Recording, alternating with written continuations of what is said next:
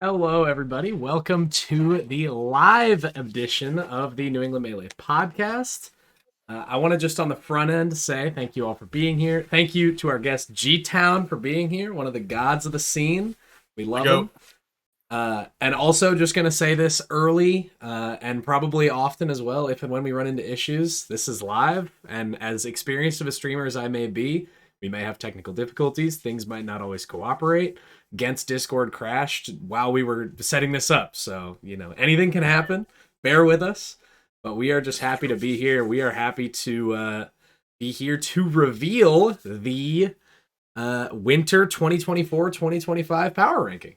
And real quick, Nick, I want to say one quick thing before we get started. Yeah. So, I know everybody is hyped to see, your favorite player on this list.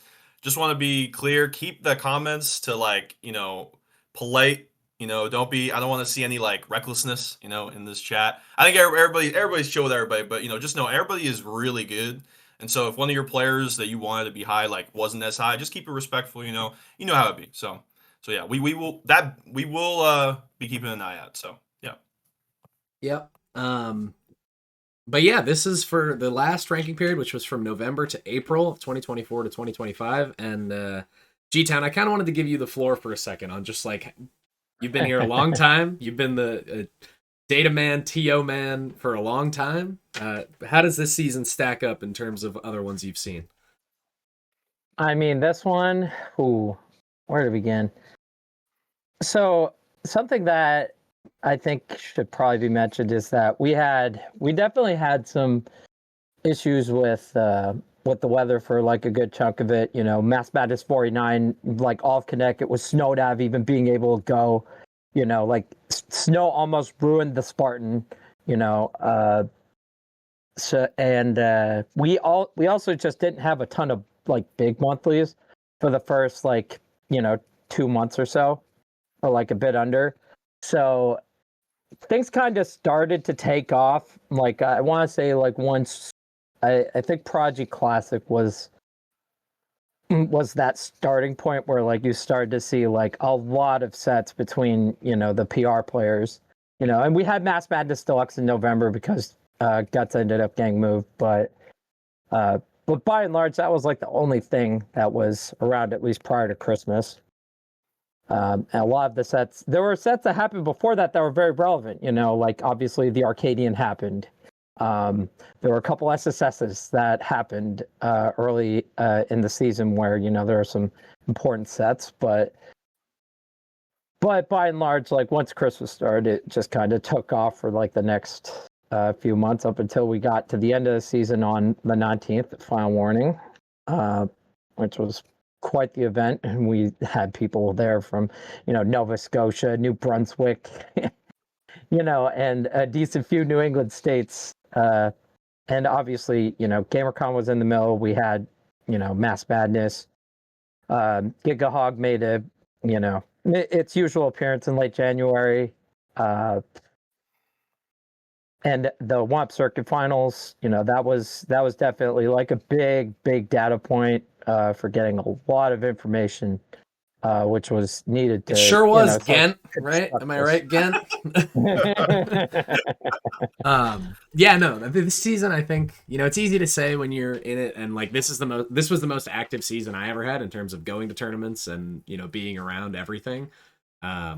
And it was a bloodbath. I feel like it's been said, me and Gent said it in our pre-PR podcast. I think basically from 7 to 12 on this PR is a pachinko machine to a degree. Obviously there's ways that you can sift out the data, but in general, I think this is one of the closest PRs we've ever had. But I'm just going to segue us right in and get us started, because I think number one is not controversial or surprising in the slightest. Before we do that, we have I should probably explain the process. Sure. Go ahead. For the creation of this, because a lot of people, they probably are going to want, transparency, right? How do you create something like this? So, and so I don't know if you can pull up the top of the document on the stream, but there's an informational guide I made at the very top with the introduction, the panelists, Yep. and the process by which we do all this stuff. Yeah, I don't think I can put it up on the stream, but I can give a little overview of it. Mm, Important Yes, things to yes, know. yes. Before, Panelists. yeah.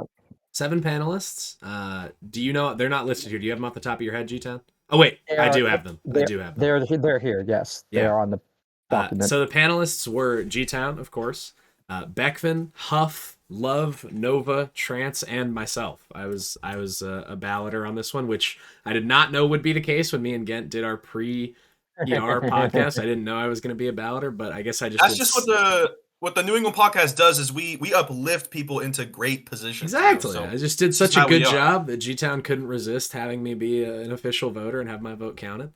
The other really important thing to know is that it was just a list of the 22 highest ranked players the perceived highest ranked players in the region, and we were asked to list them 1 to 22.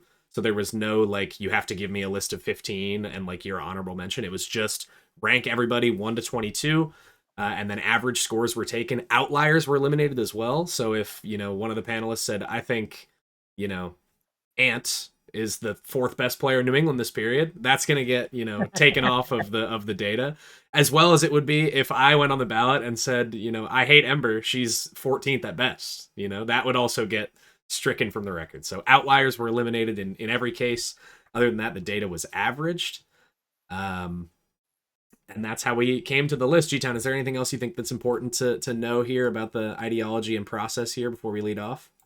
Yeah, so I can lead off, or I can sort of list what is actually on the ballot, like the phrasing, which says you have to rate all 22 players on this list from first highest rank to 22nd lowest rank based on the quality of results from November 3rd, 2024 to April 19th, 2025.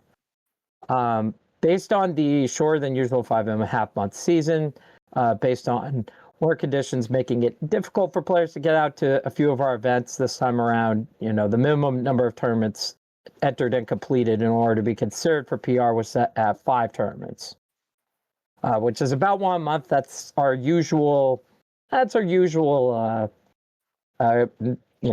sort of activity requirement that we have. Now, some people think it should be more, which is a perfectly reasonable. And I think that if people want to entertain such conversations, I have no problem with people arguing that. But generally, 1 tournament a month is, not too big of an ask for people to make, especially for working folks who have a harder time making out to weeklies and things like this.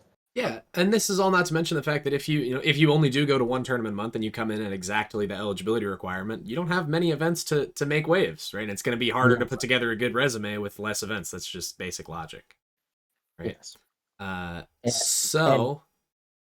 what's up, G10? And I was gonna say also, if you attend the minimum and you are not consistent, your losses do get magnified in that sense. Yeah. Right. So it's risky to try to do that. No doubt about it. But you were saying? Yeah, I was just gonna say the main things that I used as a balloter, and I think most of the balloters used, is the head-to-head from Bracket, as well as the data sheet, which is linked. There's a command for it if you do !data sheet in chat. You can see that it has all of the wins and losses that each player had. So if you want to pull that up, viewing at home and follow along with what data the balloters were using, then that is ever present for you. And I just can't hold back anymore. G-Town, tell us who number 1 is. Tell us who number 1 was. All right. The suspense is killing me. Number 1 in New England is... I really don't know who it could be, to be honest.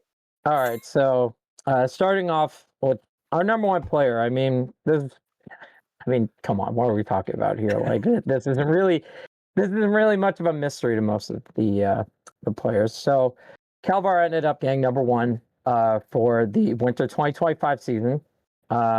So I'll read off what I wrote about him. I wrote blurbs for all of the players that are on here, and we'll post the we'll post a document that has all of this after we've read off everything. Yep. But take it away. So Calvert got number one. He had 40 tournaments, and he won 26 of them. And if I was reading the data sheet correctly, I think he only lost something in the neighborhood of like 15 sets to in-region players. Yeah. Like 15 legit sets on his mains, which is freaking crazy. Like, for entering that many tournaments, he just did not lose very much. And he also, he collected wins on Agent, Lewis, Quiet, who's a very good New Jersey Chic player that hasn't been on the top 100, but is acknowledged to be like very, very good. Got a win on Goody at another tournament, was 12-3 against Bonfire, 9-6 against Ember, 3-2 against Younger, and 19-3 against Clock. Like, you just look at it. It's just such an insanely impressive resume for somebody that, we expect this almost of him, but I'll read the blurb, that I wrote for him now.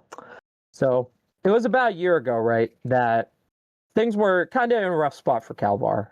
He got ranked number 3 on that PR. He got put below Bonfire and below Beckman for the first time that he'd ever been below those players.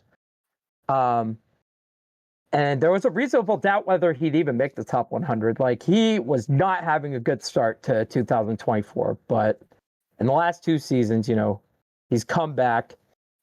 He's come back and shown why he's considered to be our best player. He won 26 of the 40 tournaments that he entered, but bear in mind that, a few of the tournaments that he quote unquote lost were secondaries and things like this. So, if he was playing his mains, the number of tournaments that he would have won would have been even higher than he would have already had. And, the average region wins kind of helped to pad things out. And all this, the last year's worth of events, at least to me, have helped to solidify beyond question that he is New England Melee's champion at the national level, and I think that he is the greatest New Hampshire Melee player ever.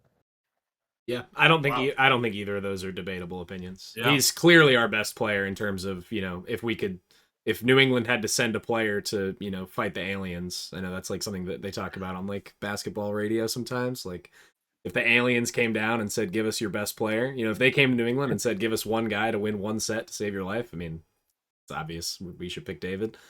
And he's definitely the best New Hampshire player of all time. I don't think that's debatable either. Gent, your gut reaction. There's not much to say, right? I think we're not surprised, Nick, when we did our podcast. I think we were both pretty sure that this would happen. And like I said on that podcast, and like Tom mentioned, David was having a little bit of a rough time like a year or so ago, and it's just really cool to see him bounce back. Of course, I and Nick, as well as his fellow competitors, we want to just beat him as much as we can. It is not easy, folks. It is not easy to beat this man, but yeah, he's amazing. He deserves number 1. Yeah, couldn't agree more. I think like it almost is like when you say, he goes to 40 tournaments, he wins 26 of them, he has, X data point, next data point. I think the simplest one is just he had a winning record on every single player in New England. Like, that's, I don't know. Not much more really needs to be said. He beats everybody more than anybody beats him. That's fucked up, but true. And he's definitely the most dominant player right now. One of the most dominant players that New England has ever seen. Yep. Number 2, I'll go ahead with this one. Again, not much debate to be had, I think, on number 2. I think everyone kind of had the same 1 and 2 in mind. And number 2 is Bonfire 10. Also from New Hampshire. Also a legend, former number 1 in New England. She's been top 3 countless times in New England, I think. Like 3 or 4 PRs. She's been in the top 3 now.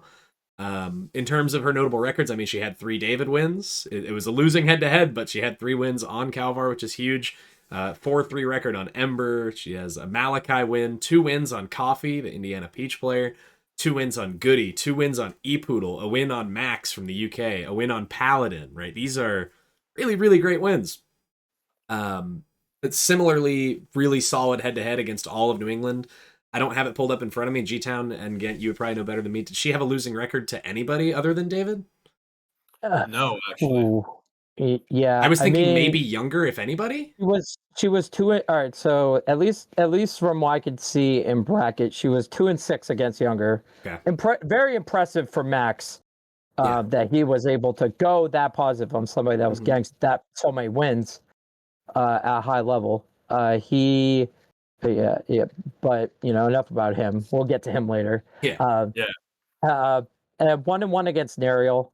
They only played 2 sets, but trading sets with the number one Connecticut. Um, that's not too bad. And then you look out over a lot of the other records. It's just like I mean, it's crazy. Like 13-3 against Nick, 3-0 against 1-0 on Abel. It's like 3-0 on Project is also very good. Mhm. Like Project isn't somebody who is easy for me to like exactly rate on where he would be, but I think he's probably like a top 5-ish level player. If he was out at a tournament, tomorrow, I would probably seed him around there because I think he's about that good. Yeah, I think the most interesting, and this is something that was put in the blurb for her as well. I'm not going to read the whole thing, but I think the most interesting development with Tori recently, and especially this PR period and the last one as well, is that she has really cemented herself and established herself as a national level competitor. Because for so long, I think Tori was one of those players that was dominant in region and had either whether it was matchups or other reasons always struggled outside of region. Um, I think a big thing was she really struggled with spacies, most notably Fox. I think she's patched that up super well in this last 6 months alone. I think she's gotten way better at that matchup, and it's proven at all levels, both on the local level and at the national level. She is a much more well-rounded player than ever, and she is clearly a national level contender, clearly a top 100 player in the world, clearly deserved and earned that top 100 placement that she got, and in my opinion, clearly the second best player in New England. Yeah. One thing I'll say about Tori real quick is it's actually funny because I think if you're in New England and you kind of know the culture and you know how Tori can be, she can be really nonchalant about like how much she grinds or improves or anything like that. And sometimes like you might think like, dang, like she's just beating me, but she's not really like doing anything wild, right? But I was talking to her about because we she's been kind of had my number recently, and I was like, yeah, like the set that we had like 5 months ago, you were wrecking me, and she was like, 5 months ago. I'm a totally different player than I was 5 months ago. And I was like, I was low key in that moment. I didn't really like show it, but I was really blown away because like when you talk to Tori, you don't really think that about her, but like she is consistently trying to be better and improve and really show off kind of what New England has to offer, what she can bring to the table. Really big credit to Tori. Yeah, really, just congrats on a great, PR period. Um, so I gotta preface our next two placements by saying that I have this from G Town's lips to my ears. Uh, 3 and 4 on this PR was decided by exactly one vote on one ballot. Is this true, G Town? Yes, it was one spot, one ballot difference between 3 and 4. These two. It's interesting to me. I don't really think that there's a wrong answer for this. I personally think that there were fine arguments either way. For the next two players, uh, I don't know. Since Nick and myself have taken the first two, I mean, again, if you want to read this, you can. Yeah, I'll take it. All right, so the number 3 player in New England for the winter 2025 season is Ember. So congratulations to Ember. Uh, Ember is amazing. I think out of some of the newer players in the last 4 years, Ember has been a shining light for New Hampshire and really been able to kind of step up her game so much season by season. It's been really cool to see her again as one of her fellow competitors. It's really, really inspiring to see like a newer player that's newer to the scene really try and grind out and get as good as she can. She had some really great records this season. Went 6-9 with David, which is the most amount of wins of any player, I'm pretty sure, on David in the season.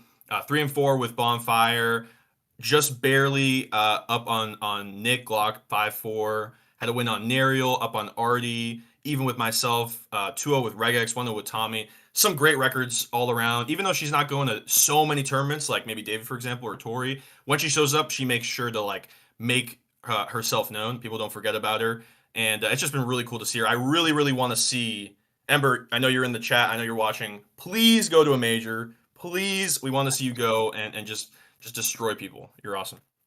Yeah, I think Ember's one of the most consistent players in New England on the macro. On the micro, she has her good days and her bad days. As somebody who plays Ember more than probably most or maybe anybody in New England, Ember has good days and bad days in terms of how she's actually playing. But on the macro, I think one of our more consistent players doesn't really get upset much at all.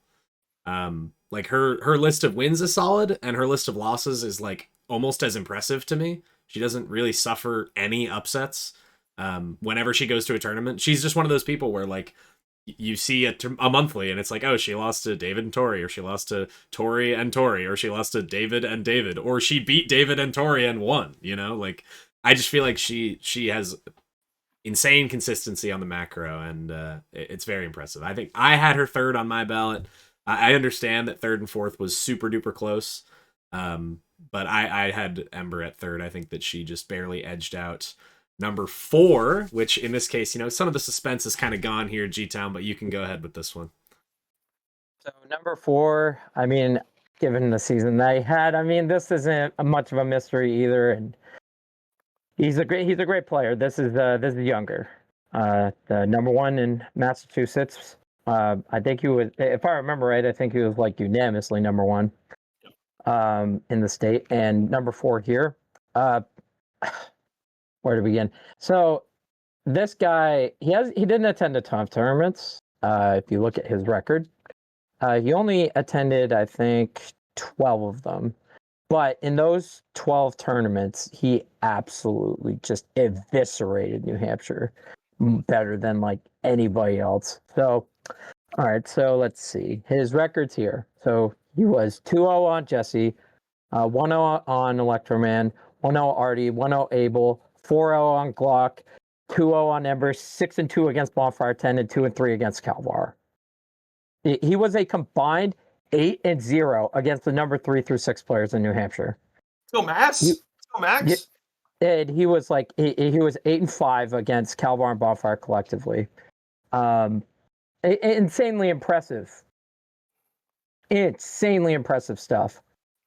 Yeah, it's mind-blowing, actually. Like, It's kind of funny to say he eviscerated New Hampshire, but like that is what you have to do to get ranked really high. New Hampshire in the current era of New England, like it's a snapshot thing. It won't be this way, probably even a year and a half from now, much less 3 years from now. But New Hampshire right now is on top. And if you go, like G-Town said, 8-0 was it against 3 through 6 in New Hampshire, and 8-5 combined against Bonfire and Calvar, that's mind-blowingly impressive. Yes. I think the only thing missing from his resume was depth. Like just a depth of tournaments attended, a depth of results, and the only other thing I think that hurts him was some glaring losses. Like I was just saying that Ember avoided, I think Max took some. He had some losses to Ant. I think he had a loss to Load Spiller. He had losses to Regex, which, Regex, great player, but I think he just accumulated more, questionable losses than Ember did, which again, kind of like G-Town was saying when we prefaced this whole thing, if you're going to go to less events, if you're going to have, lower activity than other people in the ranking, those losses that you take are going to hurt you more. Right? Like a lot of time it's easier to turn a blind eye to a few bad losses if you go to 40 tournaments like Calvar, If you go to 40 tournaments and you accumulate a couple bad losses, it's like, well, what do you want him to do, right? But if you go to 10 tournaments or somewhere in that range and you accumulate some bad losses, it's a lot harder to overlook. It definitely plays more of a part, I think. I'll say a little bit about younger Max is he is sometimes my hero and sometimes my absolute. I hate sometimes when I have to play him in Magic, but when he has to play New Hampshire, that's my hero. Honestly, that's my hero as a Massachusetts player. Of course, I've played kind of second fiddle sometimes to him in the Spacey department in the state, but it's been really cool to see his improvement. Of course, he bounced back from last season being much lower, and I think I'm almost certain he is moving out, unfortunately, out of New England, at least for some time. He might be back eventually, but so I don't know if we'll see him for a while. back at consistent New England events. But I'm just proud of him. Proud of you, my boy Max. Good stuff, dude. Yeah. Very quickly, I just want to mention when he won Austin All Stars, when he won that tournament, he was the first Massachusetts player to win a large monthly in his home state since Tiramisu and at Mass Madness 26. That was February 2019 that tournament happened. Like he did something that no player in the state had done in a very, very long time. He had his share of inconsistencies against a few players, but he's undoubtedly proven that he's one of the best players in the state's history, at least in recent times. And, he's leaving a fine legacy here. There's no doubt about it. Yeah. All I heard is that you're telling me Massachusetts took 6 years to win on their own home turf? 6 years? That's crazy. We lost Crush, man. That's crazy. We had to build it all back up, dude. Oh man, that's crazy. All right, I'm gonna take the next one because I don't want to do the next one. And I think this next one is gonna be a little fun. So number 5 in New England is our very own podcast hoster, Game and Watch player, Super Monkey Ball enjoyer, Glaucomite Toyota. Congratulations, Nick. Woohoo! Nick is amazing. Nick's so super fun to watch, super fun to play. I think anybody in New England will tell you if you've played Nick before. Just so impressive. Like, I think whether it's Game & Watch, of course Game & Watch is more obvious because we don't see that character a lot, but with your Fox, especially as of recent, you've been the best Fox, I would say, in New England the last few months. It's just been awesome to see you play and game. And I think this is your highest ranking ever, right? Number 5? Yeah, I've never been higher than 8. Yeah, this is wild. And what makes this one particularly special, again, if we're talking about New Hampshire, is I don't think we've ever seen 4 New Hampshire players in the top 5 before. So definitely kudos to New Hampshire. But Nick, your records have been really, really well. Obviously, Tori and David kind of had your number this season, but you were still able to inch out some sets where other people couldn't. You went 4 and 5 with Ember as well, up on Nariel, up on Abel, fellow New Hampshire player, even with me, up on Arn, Regex. I got to win on Agent. Not a lot of people can say they can do that, and it's just been awesome to see you grind. One of my favorite players in the region. Good stuff. Thanks. I mean, I guess I can opine on this for a bit myself. Yeah. But I think the wins. You can mention the wins, and the wins are great. But I think the fact that you entered 37 tournaments and didn't lose to non-regional PR level players at all is very impressive to me. That is some insane consistency in a region where there's a lot of threats out there. There's a lot of pretty good players that are capable of making upsets on a given day. So the fact that you were able to get the wins that you did, the fact that you were as consistent as you were, and the fact that I don't think you had much in the way of losing records to people that were in the top 4. I'm struggling to find any. It's a great season that you had, and you should be proud of what you did. Thank you. Yeah, I didn't know until I read the blurb on here that I didn't have any losing records outside of the people above me. I mean, I have losing records to everybody above me, but we don't have to mention that part. Yeah, that doesn't sound as good. That doesn't sound as good. Yeah. I'm stoked to be top 5. I joked with people both in private and in public that this ranking period was like me being rage active because I felt like I was underrated on the last PR. So I, through both passion and anger, went to 1 million tournaments and did well. So I was happy about it. Yeah. I'll do number 6 because I think number 6 is a good one. Number 6, I think this was also close to consensus. I think most of the balloters agreed that there was a pretty distinct gap between 6 and 7 and beyond. And number 6 this go around is the best player in Connecticut, Nariel, the Pika. We get Game & Watch and Pika back to back on the PR. So, congrats to Nariel on a top 6 PR ranking. In terms of his big wins, I mean, he has a bonfire win, which is huge, especially playing a very difficult matchup. He has win on Electroman, 3 wins on Artie, a 3-4 head-to-head, so a slightly losing head-to-head, but 3 wins on Artie, a 2-0 head-to-head against Arn, a 3-2 winning head-to-head against Palika, 1-0 on Tommy, 1-0 on Project, which happened, I think, at GamerCon, correct me if I'm wrong. Yes, I believe that was at GamerCon, which is huge. He also has a win on Freezus and a win on Evening Star, who, if you've been around New England for even a little while, you know how good he is. So Nariel comes in at 6th on the next PR. I think that the one thing that I think everybody here, me and G-Town and Ghent can agree on is that Nariel has felt like one of the rising stars of New England for a while. Like, it's kind of been like, oh yeah, Nariel, he's going to be really good, like, really soon. And I think that we finally kind of hit the peak point here, where he's now no longer a rising star, he's just a star. He's one of the best players in the region. I mean, he just did it again. I mean, this has nothing to do with this PRP, but he just did it again this past weekend at GigaHog, put together an awesome run with some huge wins. I think he's here to stay. I think he's going to go on to be one of our like top contenders, both in and out of region. I think he has top 100 potential and beyond. I just don't know how much more I can throw on him, but I think he's fantastic. I'm glad that he's this high on the ranking. He went from honorable mention to 6th, which is a massive jump. I mean, people talk a lot about like debuting high on a PR, and he's debuting really high on the New England PR. It's very rare you'll see somebody go from not ranked or honorable mention to nearly top 5. I think that's fantastic. Yeah. Tom, do you want to give your thoughts on Nariel before I will? Yeah, I mean, so we're talking about the wins, and the wins are very good. Obviously, wins on current and former PR players from a bunch of states. New Hampshire, Massachusetts, New York, New Jersey. You look at the data sheet, it bears that out, and then you look at the losses too, and it's all just.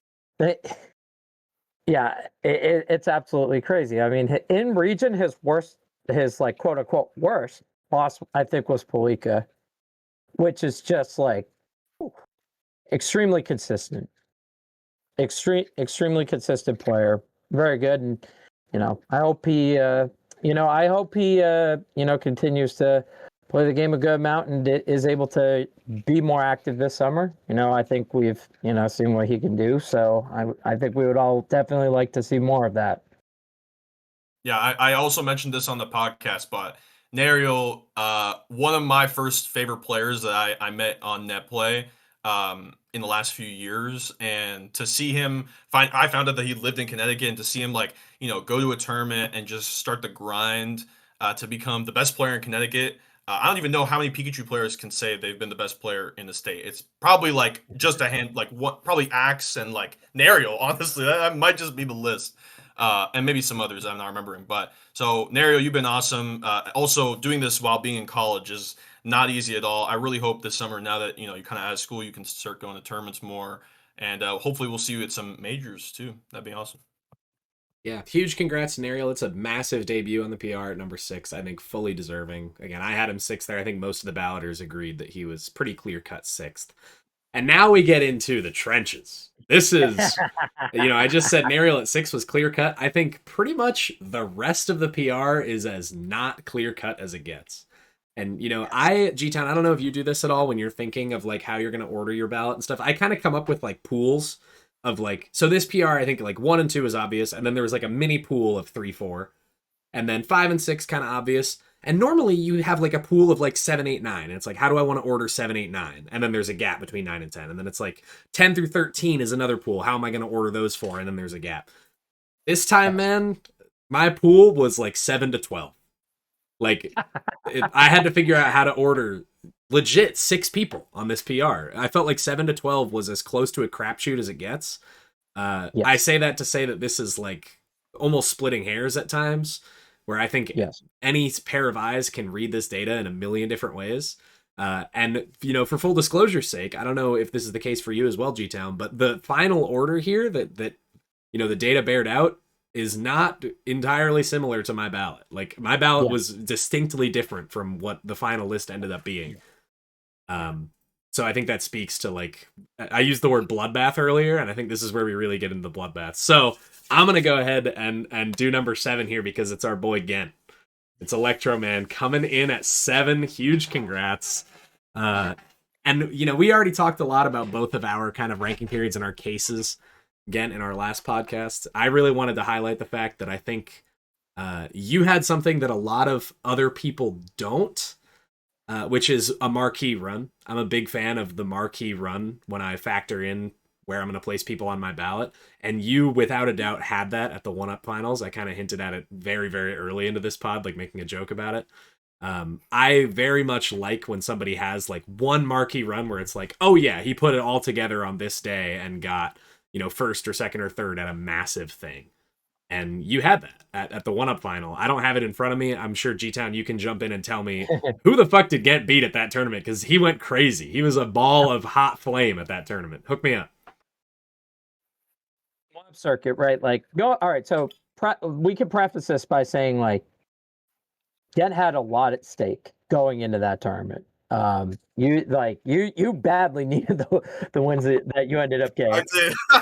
Yeah, you definitely did. But yeah, in pools, it was I think it was Nagi and Kuro that you had to play, and then and it was Green Stash and Evening Star.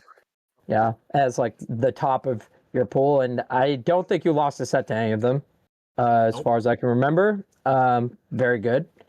Winning your pool, getting out and winners at that tournament was not an easy thing to do. And then you had to play Ember and Wear semis, and couldn't pull that one out. But you end up making that climb back through losers, beat Evening Star again, and eventually you go on and beat Ember and get the grands. And and that whole run I think really, really helped to solidify your season in a big way. And Yeah, I had kind of joked about it. I'm sorry to interrupt you, G Town. I had kind of joked the last time me and Gent did this pod that I think without the one up run, Gent was like fringe PR. And that's not like being mean. It's just that's how much of a bloodbath this PR period has been, that I think, if you just erase the one up circuit final, like pretend, you woke up that morning and you were throwing up and you couldn't go, and you just had your entire last season was what it was without that tournament, I think you'd be like 14, 15 honorable mention. Like that would be the area on this PR where you reside. And it speaks to the power that one truly marquee run can have. You put it all together. You got some sick wins, like G-Town was saying, 2 Evening Star wins, an Ember win, and got second at one of the most stacked regionals of the last 6 months, straight up, in terms of total like population of talent. And you put it all together and made it happen. So, it kind of like G-Town was saying, your back was almost against the wall, so to speak, of like, I really need to put it together today, because I think you probably knew this is one of the last big things this season that I'm going to get to go to. I need to put it all together, and you did. You rose to the occasion. So congrats to you. 7th. Also the highest you've ever been, correct? Yes, that's right.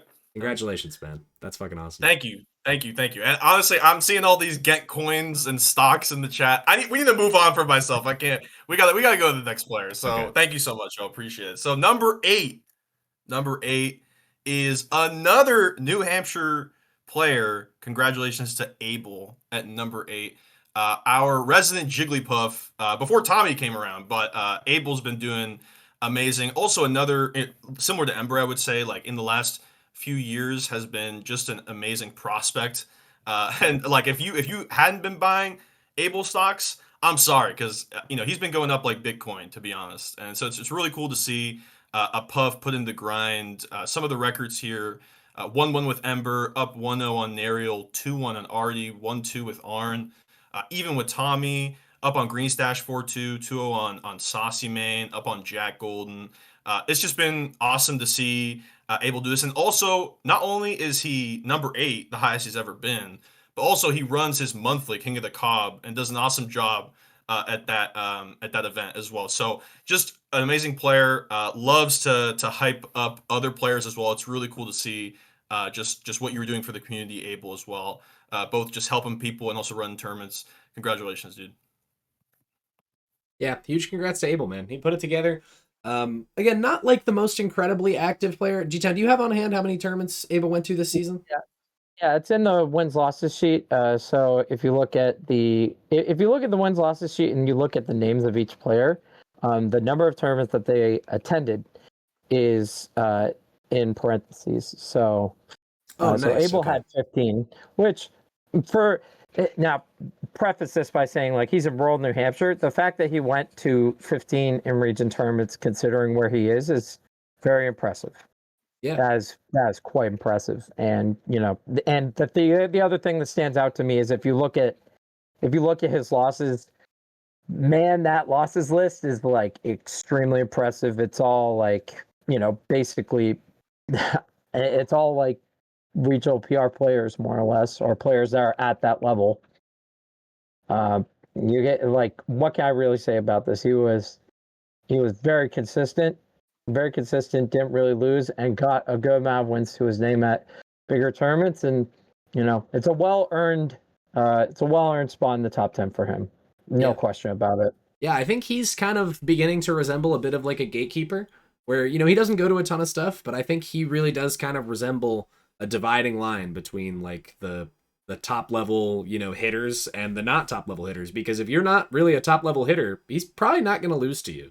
That's kind of what this season bared out, is that he doesn't really lose to people unless they're killers. And he picked up some great wins, like we were saying earlier. Win on Ember, win on Nariel, win on Tommy, win on Arn, couple wins on Artie, handful of wins on Greenstash, Saucy Mane. Like, he just kind of does it all over the spectrum, all different matchups.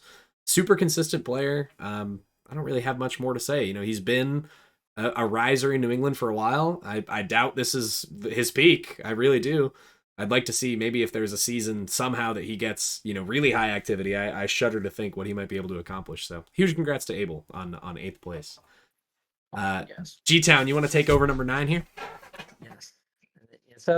So I'm gonna preface the next, like, what is it? It's like the next 4. The next 4 on the PR. So we're all like extremely close, like extremely close, to the point where like shifts on like a few ballots could have like moved these in any order, like all 4 of these players. Like, we didn't have any ties, but we got like about as close as we could to having ties for this particular set of players. Like 7 and 8, like there was like a small gap, I think, between like 7 and 8 and what came after.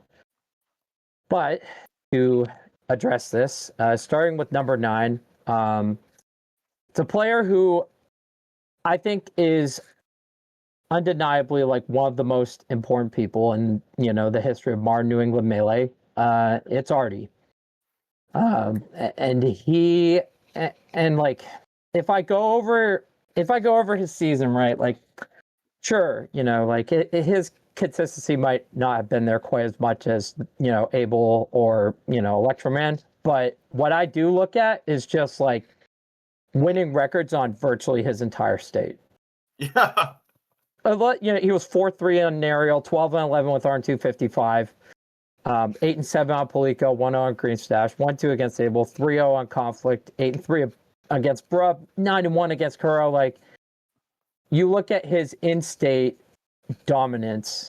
And like, granted, some of these are narrow-winning records, but if you consider just the amount of wins that he's collecting, the amount that he went and put himself out there for. And if you consider like that fact, especially Nariel, like the fact that Nariel's number 6 on this ends up working to his benefit. It definitely like ends up working to his benefit in a big way, like no question about it.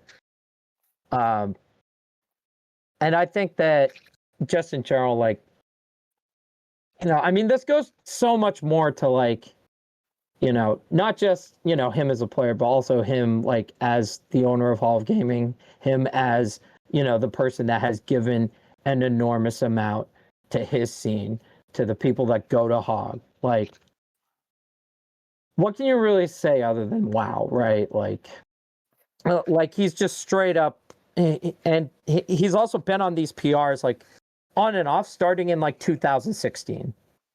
He's been there for a long time. And I think that, and I think that, granted, like I said, 9 through 12 is like, this whole area is a mess, and there's no right answer, at least in my opinion, to how people wanted to order this particular section. But, even if they weren't at, even if they all weren't at like bigger scale tournaments, granted, like if you look at him for the opportunities that he had, especially as weeklies, he did pretty well for himself. He got a good number of wins. And I think also that, there was a lot, he did kind of get unlucky. I think he wanted to go to Mass Madness 49, got snowed out. He had like some other obligation that he double booked himself for GigaHog in January, which meant that he couldn't air singles. It's just like unlucky things just continuously coming up that stopped him from entering like a few of our bigger tournaments. But even with that said, like, you've got winning records on your whole state, man. Like, what more could somebody say to that, you know? Yeah. Yeah, I think it's just one of those things that's befitting, is that Artie is kind of the de facto, father of Connecticut, so to speak. He runs the weekly, he owns the building, he invites people in, and he beats their asses. And I just think it's befitting that Artie is high on our PR. It's befitting that he's top 10. I think for what he represents, both to the state of Connecticut and to the region as a whole. I just think he's awesome. And I think he's an awesome player, an awesome, awesome human being. I think it's great that he's this high on the PR. Yeah, I love Artie, and I mean, I said it in the pod as well. But hey, the house always wins, man. The house always wins. Whether even if Artie's losing, the house always wins. I mean, it's become kind of his tagline now. I'm super proud of Artie. We have a more cooler connection, I think, that people think, because we're both Albanian. So it's really, really cool to see a fellow Albanian just be killing it. Like, I don't know about y'all, we don't talk about it, but Albania's got a great, like, all melee Albanian first team. Me and Artie, that's a killer. That's a good way to start. So congrats, Artie. Good stuff, man. Yeah. I also, just the last thing I'll say is that I think it's cool what Artie represents to Connecticut as well.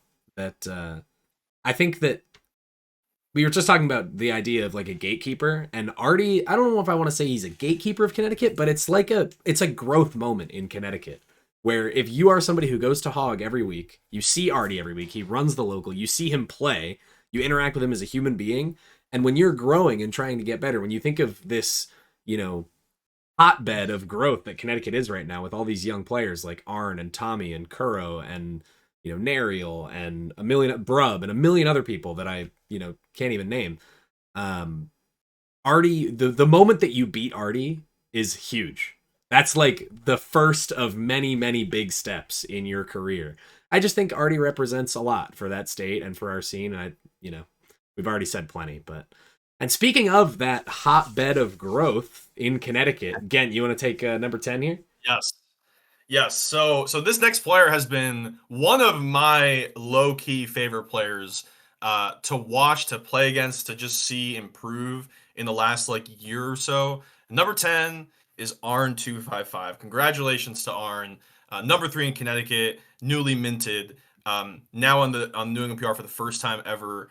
When we're talking about stocks moving up, Arn has just been amazing, and it's so cool to see, because if you watch, because he goes to Hog regularly, right? And so if you're watching Hog, it was just really cool to see his growth as he starts to beat Artie regularly, starts to be the favorite at Hog, and now he's getting practice with players in New York, and he's been grinding and doing really well. Even he has a JJM win randomly this season, Hoborg.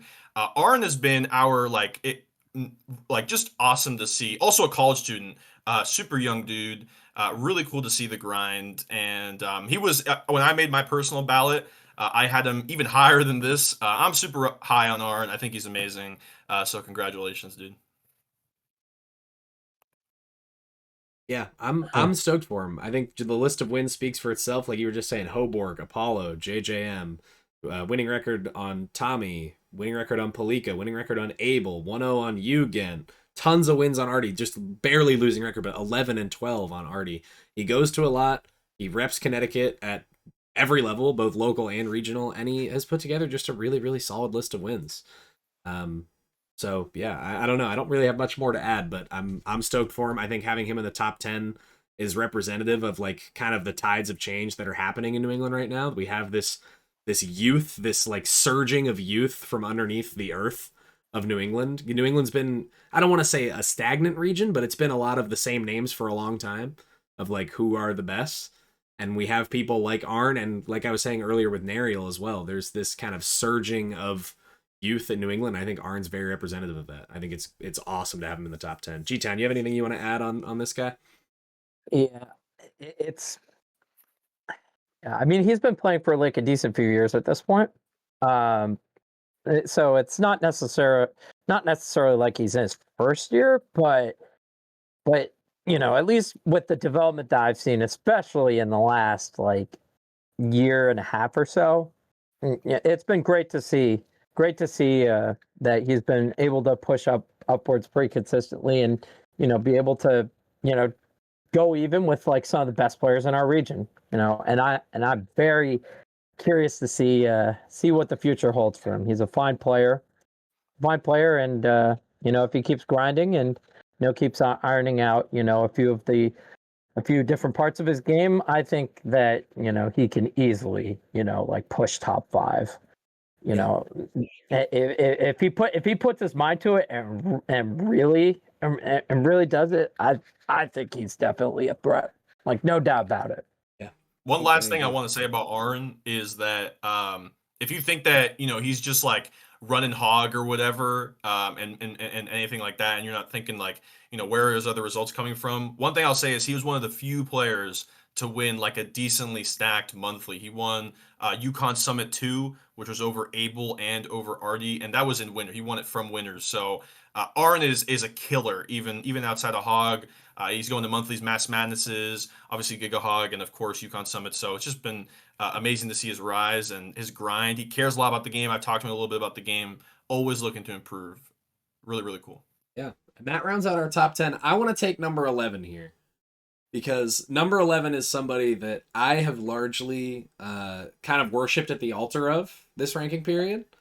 Somebody that I'm a huge believer in. Somebody who I've played a lot of times. I know how good they are. It's Regex. Regex comes in at number 11. I had him quite a bit higher than this on the last time I kind of thought about it. I think on my final ballot, I had him at 8 or 9. I definitely had him firmly in the top 10. I'm a huge Regex fan. Also, just going to preface this and say, I knew he was winning the PR before anybody else did. I put my flag in that like day one, and he proved me so right. It's not even funny. I don't know. There's not much I can say about Regex, man. He's just as consistent as they come. Incredibly active player. Let me look and see the exact number of tournaments here. Regex had I'm looking. 24 tournaments. Sorry, that took me a moment. Regex entered 24 tournaments, which is a lot. Anything north of 20 I consider to be like really, really solid activity. Picked up some great wins. He had wins on me. He had multiple wins on Younger, a winning record on Younger, I believe, 2-1, which is huge. Let me look at the rest of his head-to-heads for transparency's sake. 2-1 on Younger, 1-0 versus Arn in the Marthetto, 4-2 on Greenstash, 7-1 versus Saucy Main, 7-3 versus Ant, another Massachusetts killer, 1-0 on Schmeelai, and 3-4 versus me. So multiple wins against me as well. So he had 2 wins on Younger, who's 4th on our PR, and 3 wins on me, who's also top 5 on the PR. Just an outrageously consistent player. I put a lot of weight into his Arcadian win as well. Arcadians are some of the most difficult tournaments to win, especially when you're one of the favorites, like one of the top few seeds.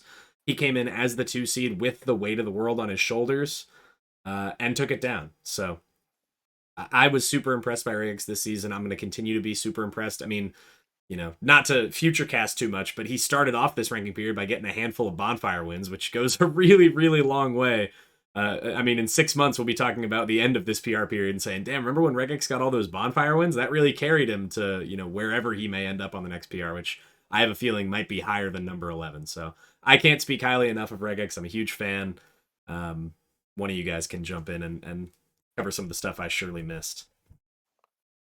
Tommy, want to go ahead? Yeah. I guess I can talk about this for a bit, but I wrote this on the blurb that's on the document, but it's been a hell of a ride for him the last few years. He was number 9 in Mass for a few seasons in 2023.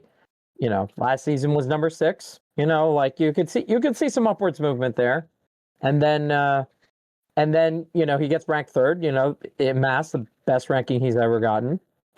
And for the regional PR, he's now made number 11.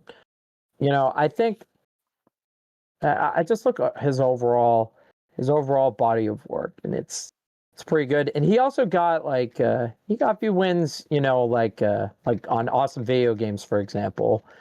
and other solid players that, even though they, aren't PR necessarily, are like solid, right? Like, Youssef and Kraft, you know, and so on and so forth. And if you look at his losses, I mean, he rarely, and I mean rarely, lost to like anybody that was not at least like state PR. And that's over the course of 24 tournaments. Like that, like he had good activity and rarely got upset and got a good amount of wins. Like that's all three of those. It's like that's what you want in a player. It's what you like to see, and he continues the tradition generally of the Arcadian winner getting on the ranking. Usually, what happens with them is that they get at least honorable mention, like at least at some point in the future after they win. The fact they got ranked right away, I'm not surprised. Not surprised at all, and I'm really looking forward to seeing what's next for him because, as was said earlier, he's already had like an amazing start to this past season, like no doubt about it. Yeah, I think the only other thing oh, you want to say something? Go ahead. Yeah, I was real quick just Yeah, gonna jump say, in.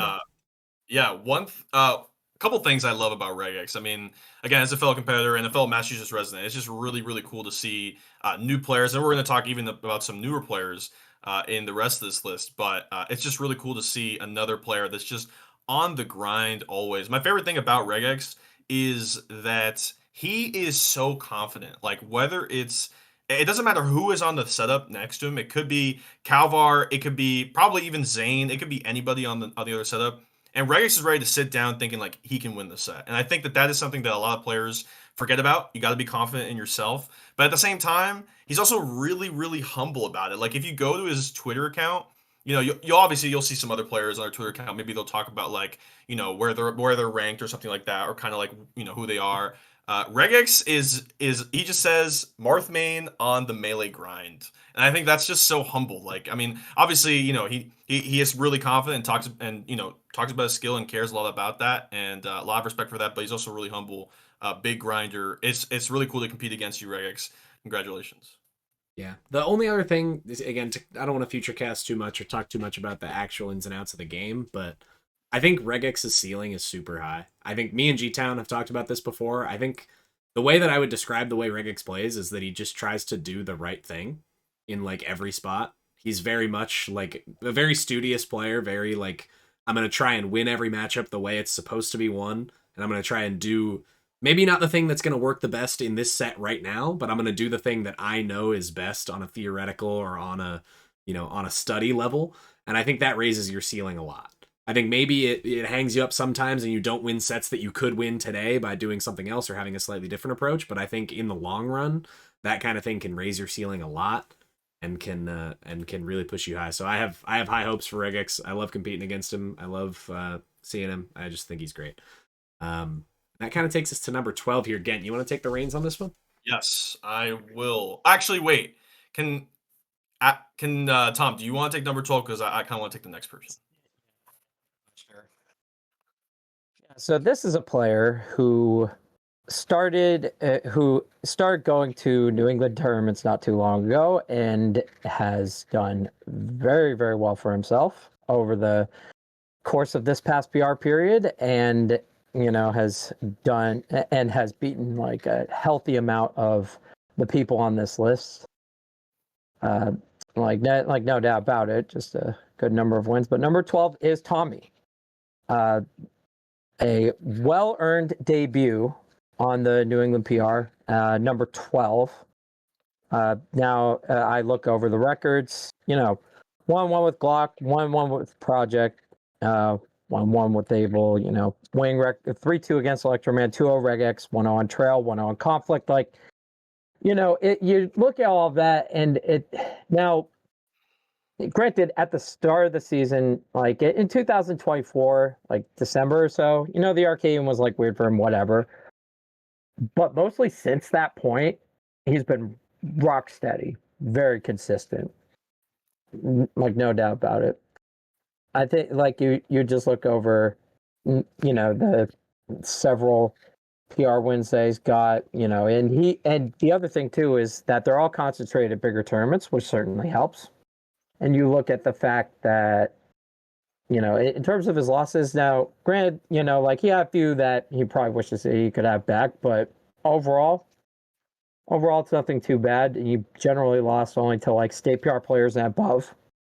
Was pretty consistent. Talk about, we were saying earlier, the power of Yeah. a marquee run. G-Town, tell me about it. Oh Yes. So, I mean, he had a few. We know the like, one, though. Yeah, we know the one. He kind of had like 1.5. I mean, I guess I could start with the Spartan because like that was like a really big moment for him where he goes out. I think if I remember right, he beat Trail, beat Gwex, beat everybody in his pool that wasn't Bonfire, and then in top 24 has the misfortune of having to play Calvar and loses round one because Jesse upset Calvar in another pool. So he only loses to like the top 2 players in the region. And beats everybody else. And getting the win on Trail is really good. And then obviously SSS. So this was the SSS, I believe, if I remember right. This was the one before GamerCon, if I remember right. March 8th. Yeah, I think that this was it. So let's see. So that tournament in particular, he has a bit of a mixed start. Oh, I know this one was here. Yeah, so he has a bit of a mixed start. He ends up losing in Warsaw Project, I think. Yeah, he ends up losing the Project, which is like, well, that's fine, especially for somebody in his position. And then he goes on a nice run. Beats 22K Regex, Glock, Able, Project all consecutively to get to Grands before finally losing to Bonfire 3-1 in Grand Finals. Nutty. Just run. that definitely like played a big role in getting him on the PR, and arguably he should have been higher. Definitely. I think if I'm looking at it, what would have like helped him a little bit is if he got a few more like top tier wins. Like it. He got wins on Electroman, Able, Glock, right? Like he got the win on Trail. And he got one on Project. If he gotten like a win on like Ember or Younger or like somebody like that, that would really help to like, be a centerpiece win for like his whole resume. But as he has a bunch of really good ones, a bunch of really good solid wins that got him up to number 12. And and honestly, like, I think about the fact that this is his first active season here. Like that's crazy, right? Like your first active season, you show up your place and you get 12th on the regional PR. Like most people are just not going to be doing that. Like just flat out. So yeah, he's definitely like one of Connecticut's brightest prospects. He's out in Long Island, I think now, but he goes to school at UConn, and I'm very interested to see what's next for him because he can undoubtedly, like without question, play with like the best players in the region. Yep. Yeah, for him, I think No it's doubt just a about it. matter of activity. I think if he, Yes. we've said this for a couple people, but I think more than literally anybody on this PR, I think if he puts together a season of legitimate activity where he's going to call it 2 monthlies a month and showing up to the Mass Madnesses and the SSSs like he did that one time, and the GigaHog in his backyard, stuff like that. If he puts together a season of legitimate activity and gets sets against people like Ember and Younger, and obviously me and Tori and David and everybody, I have no doubt that he'll rack up a resume befitting of one of the premier players in New England. I think he has that kind of reach. It's just a matter of putting it together, putting in the time and the events. So super deserving 12th on the PR. Tommy, what I'll say really quickly is I think he is probably the most exciting player, at least for me, I think the most exciting player on this list. Just like also another player that is extremely confident in every set that he goes into, just really believes that he has the ability to win. On top of that, but also he's got the pop-offs, H-box-esque, for sure with the pop-offs. which I'm a big fan of. I think it's really cool. You got to pump yourself up some way.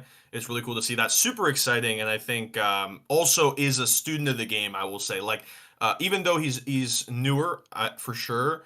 Anytime I see him talk about the game, it is really serious. Like he cares a lot about improvement. I've talked to him a few times about improvement and how that kind of process goes, and it's just like he really cares. Big student of the game, and I think he really deserved this spot. Yeah.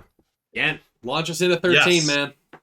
I want to take next. So this player, this is my favorite. No, look, I love Max Younger.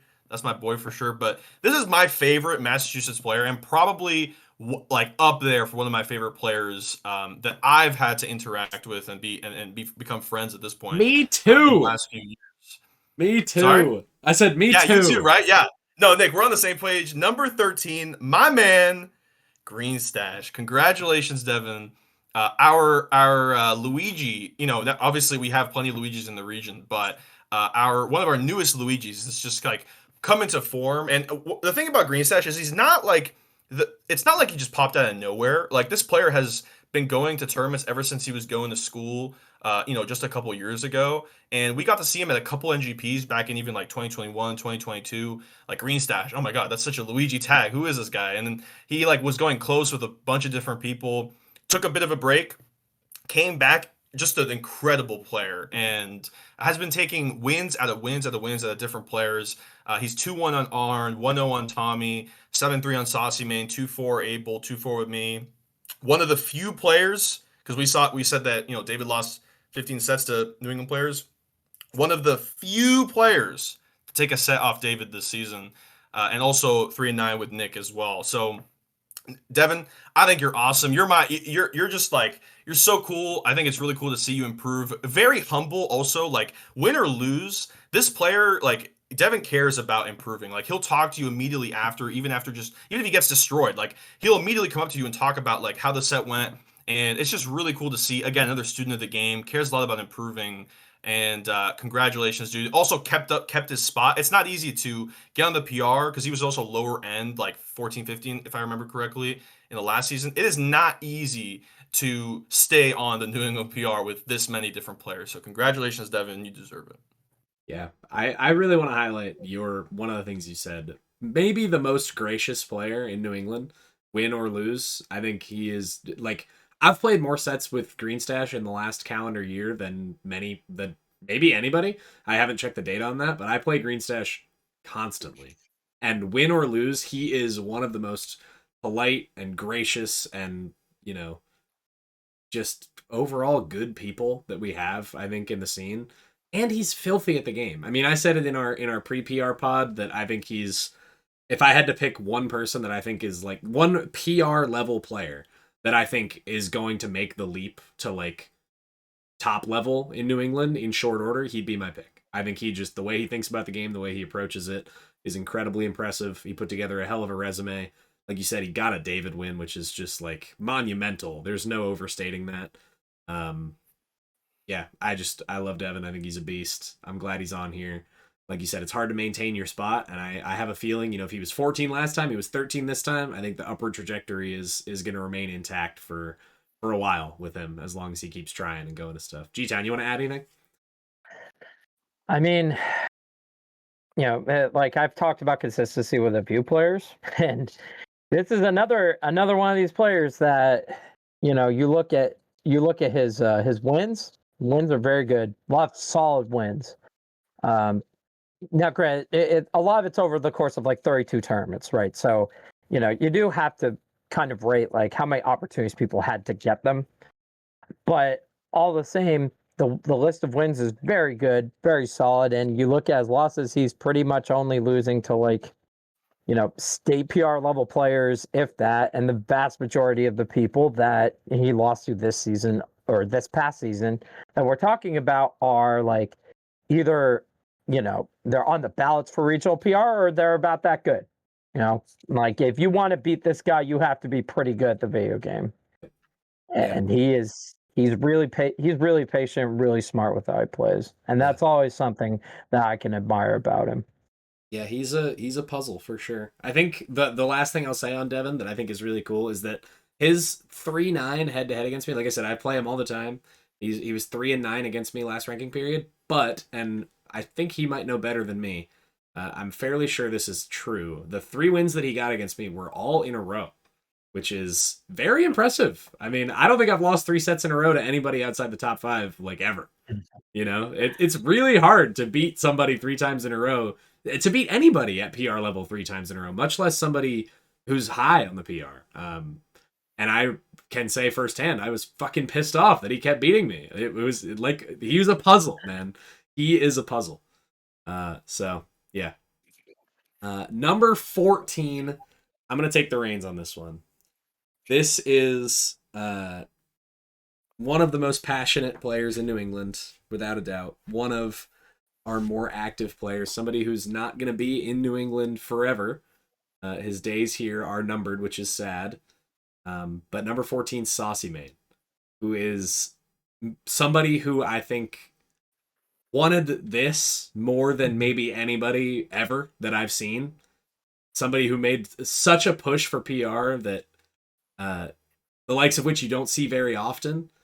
And he did it. He got in back to back, one spot below his Luigi brother in Green Stash. Saucy Mane comes in at number 14.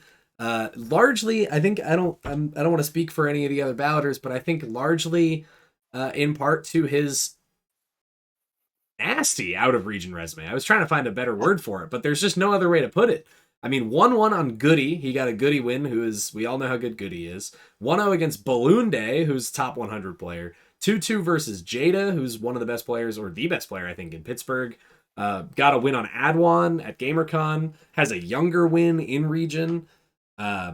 Really, really insane ability to punch up, which I think is that lands you on PRs. The ability to punch up and beat high level players in the few run-ins you might get with them does a lot of heavy lifting for your PR case. And Ben was somebody that pretty much this whole ranking period, I, in my, brain and in my heart, kind of knew he'll be on it when push comes to shove. And when the season ends, I really had a feeling he would be. And I'm glad that the data bared it out. I think I had him exactly at number 14 on my ranking as well. I think this was, I don't want to say cut and dry, but I was very confident he'd end up either on like 15, 14, or 13. And I'm glad it ended up that way because there's nobody who deserves it more in terms of just the passion, the drive, the will, the want, all those dumb, nebulous things that don't really mean anything but do. So congrats to Ben. Yeah, Ben on my personal list that I made on the podcast, he was also 14 for me. Ben, I've seen you. I like, unlike the other players on this list, which I either they live in different states or I met and got to know after they were already good. Ben is a player I can say that I saw as an already like decently strong player myself when like a couple years ago. I was able to see Ben go from like a 2-tour, 1-tour that just started out at Northeastern to like New England PR. Like every single week at NGP, coming through the loudest person in the room, always win or lose, just running around the venue, coming up saying like, "Oh my gosh, if I did this or if I did that." Ben has been just so, it's so cool to see his diligence in improving and always working with other Luigi players. Of course, Devin, his fellow Luigi brethren, always working together to get better together. Also just has his own little unique style. Anytime you play him, he's doing interesting, weird things, either whether it's in the gameplay or if he's mogging you. Like just an all around awesome player, and I think kind of represents the new age of New England in the past couple years. It's really, really cool. Definitely deserve the spot. Happy for you, Ben. Good stuff. Yeah, I mean, the average and wins speak for themselves, right? Like most, I mean, most of the people on, like that are on this, are in consideration for this ranking are just not getting that level of, average and results. Like they're just not doing that. And, and I think that it speaks to a very important thing, which is that Melee will give back what you put into it. At the end of the day, it will do that. And he's put in an insane amount into this game. And I'm happy that's paid off for him in an awesome way. There's there's not many people that could say that they got on the regional PR, right? It's this is a relatively exclusive club. Most players aren't even gonna even get close to doing this. The fact they made it on, it's definitely something that he should be very proud of, no doubt. Tom, I think you should take the next player. I was going to say I think the it's only exact same thing. Yeah. I think number 15, I want G-Town to lead us into this one with no preface. Take it away. So not a super active player, but, active enough for, the standards of, the regional PR. So the number 15 for the winter 2025 season is Palika. Palika managed to make it in, and if you look at his records, it's very easy to see why. At GamerCon, he beat Ember and Nage. He was 2-3 against Nariel, 7-8 against RD2-0 on Conflict Brub, 4-0 on Weewa, 2-0 on Kuro. And the crazier thing than the wins is the losses. Because if you go over and you look at his losses, all right, so I'll list all the people that he's lost to, all right, this season. He's lost to Nariel, Artie, Arn, Fro116, and Project, and that's it. He did not lose a set to any other player. In how many tournaments is that, G-Town? In how many tournaments? That's over 12 tournaments that he did that. Yeah, no, and there were, at points, arguments that were being considered for, him to be even higher than this, which with that consistency, it's hard to argue it. It's hard to argue it. No question about it. Just insanely consistent, got good amount of regional PR wins.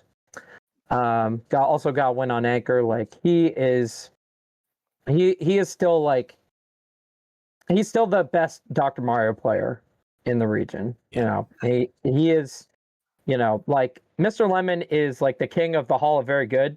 The people who, he always did just enough to still be allowed in the Arcadian. Palika, he got, I think, number 6 at some point on the PR in 2019 or 20 or something like that. And now he's back on here at 15, and at least from what I hear, he might be on a bit of a hiatus from the game. But I think that there's no denying the fact that his results are very good, and he deserves a spot on this list. Yeah. Even if he didn't leave Connecticut, I don't think he left Connecticut a single time for a tournament. Just this overall set of results is really solid, and well done to him. He absolutely has earned that recognition. Yeah, I think he's I don't want to use a descriptor that I think isn't fitting, but I think that he's kind of something of a legend in New England Melee. Not in that he has a legendary status, but a legend in the sense that he's an almost mythical being these days, because he took such a long period of inactivity, took such a long hiatus, and from what I hear, it's no longer a hiatus. I think he's done with Melee. That's my understanding. I've talked to a couple people about it, is that I think he's just done playing, potentially forever, which, people say that a lot and they don't mean it. But I think he will continue to have this kind of legendary status of, he plays a weird character for one. He had an insane peak, like G-Town was saying, at number 6 on the PR back in the day. He's been a killer for a long time. He's racked up, in his history in New England, he's racked up some insane wins. And on that note, I think, it almost goes without saying, but I'll say it. His win on Ember at GamerCon was one of the biggest single wins that any player got this ranking period, in terms of showing an ability to punch up from this lower end of the PR level and beat somebody at near the very top of the PR. I mean, Ember, we now know, is 3rd in New England. To show that ability to punch up at the biggest tournament of the ranking period, that is if there's such thing as a crown jewel win, one set win, Palika's win on Ember is that. It was a massive upset in the biggest moment at the biggest tournament, and I think that win, not alone, but that win is largely responsible for where he is on this PR. I don't think that's an Yeah, exaggeration at all. absolutely. Yeah, being able to prove that CT GamerCon is such a big deal. Palika, I think that it was interesting because him coming back made the season so interesting and exciting down in Connecticut. I think I was tuning into Hog every week, and obviously I would already do that regularly, but like there was a lot more interest and stake every single week now because Palika was owning everybody in Connecticut. Like in the first half of the season or so, first 2 months, 3 months of the season, he was winning every hog over Artie and was like 7-0 on Artie until Artie ended up flipping it and coming back and learning the matchup. But it made the storyline so exciting every single week, even for a player that plays Dr. Mario. Like you're not really thinking about like, no offense to Dr. Mario players, it's not really like the most exciting thing in the world necessarily. And I'm sure Palika wasn't really thinking about that when he was coming back, but it made the season so exciting to start with. And even though I wish I got the chance to play him, at some point, it was really cool to see him come back and just throw a wrench into the entire season. So congrats to Palika. But I do want to take the next player because, of course, we're done with our top 15, but we have our honorable mention, HM, which is one of my favorite players, probably my favorite player out of like these 16 players that I've gotten a chance to meet up with and talk to and get a chance to know in the last few years. My favorite player for sure. HM is going to go to Eduport. So congratulations to Eduport, number one in Maine for the second season in a row. So a full year of being the best player in Maine now. And Eduport is, I think, one of those players that a lot of people probably didn't see coming. I know Maine for sure had a chance to know about him early on, especially a couple years ago and even before COVID. But I think for the rest of New England, a lot of us were not seeing him coming. If you didn't talk to him or know about him, because he wasn't actually in New England for the last like 4 years, he was in New York for school. And when he finished school and came back here, it was just up and up from there. Whether it was a tournament in Connecticut or a tournament in Maine, right? Like this is a player that just consistently came forward and put a lot at stake at every tournament he went because you're talking about a Northern Mainer that is driving hours to get to tournaments, and it's just really cool to see Eduport. And as somebody that talks to him all the time, just a true grinder, like student of the game, at probably like professor of the game. I've learned more about him about the game through him than probably anybody else sometimes, and it's just really cool to see. And I think obviously it's tough when you live in northern Maine to make requirements and get to enough tournaments. But I think it's just really cool. I'm really proud of him to actually put a lot at stake to go and travel and go to these tournaments. It's really cool. I hope this summer we'll get a chance to see him more. Like him and Dr. Lame, great teams players as well. Awesome team. I hope that they can all come down to more tournaments, Mass Madness, and all that, everything like that. And I think in terms of like fear, I think a lot of New England players like this is like a lot very similar to I would say like Trail last season. Like even though it kind of made sense that HM kind of makes sense for Eduport. At the same time, I don't want to see him in my bracket path. Like if I'm anybody on the list, this is one of the players I do not want to see. So congrats to Eduport for honorable mention. I have three things I need to say about Eduport. First, and G-Town, I think I might be undercutting you by saying this, is that, again, that little speech you gave is awesome, and nowhere in it did you mention that this dude beat Ember and Younger. That's crazy. He beat Ember and Younger. That's number 3 and number 4 in the region. Beat them both at the same tournament. That's wild. The only reason he's this low is because of inactivity. I think everybody kind of knows that if he had put together a full season of activity, kind of like what I was saying about Tommy, this dude's ceiling is insanely high, like insanely high. He's shown the ability to compete with people at that high level. The second thing I wanted to say about Eduport is that, I'm trying to find a good way to phrase it. I think I kind of wanted to echo what Gent said, that I think he's like one of the most scary people in New England, particularly because I think everybody knows both on this PR and the previous PR that his ceiling is much higher than the number next to his name. People know that he's a punch upper, one of the best punch uppers we have. He's a terrifying entity to run into. And the last thing I wanted to say on Eduport that I just wanted to get across here is that I had a conversation with him at the first tournament, the first time I had ever actually met him. A conversation with him about ranking culture and what it takes to get ranked and all that kind of stuff. And I think that that conversation we had just enlightened me a lot as to the kind of person and the kind of player he is.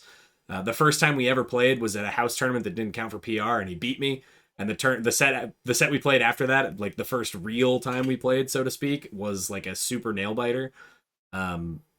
He's beaten me on net play. I'm sure he'll beat me the next time we're at a tournament together. He's just absolutely nasty. And that conversation we had really enlightened me into the kind of person, the kind of competitor he is. So I love this dude, and he's honorable mention. I think he had the most honorable mention season that one can have, where I don't think this PR would be right. I don't think that anything about this process would be right if this dude was left off completely. I think that would just be an inaccurate representation of the region and of who the best players are. But I just think because of a lack of activity and a lack of data, this is where he kind of had to live. And it kind of stinks, but that's the nature of these kind of things, being data driven.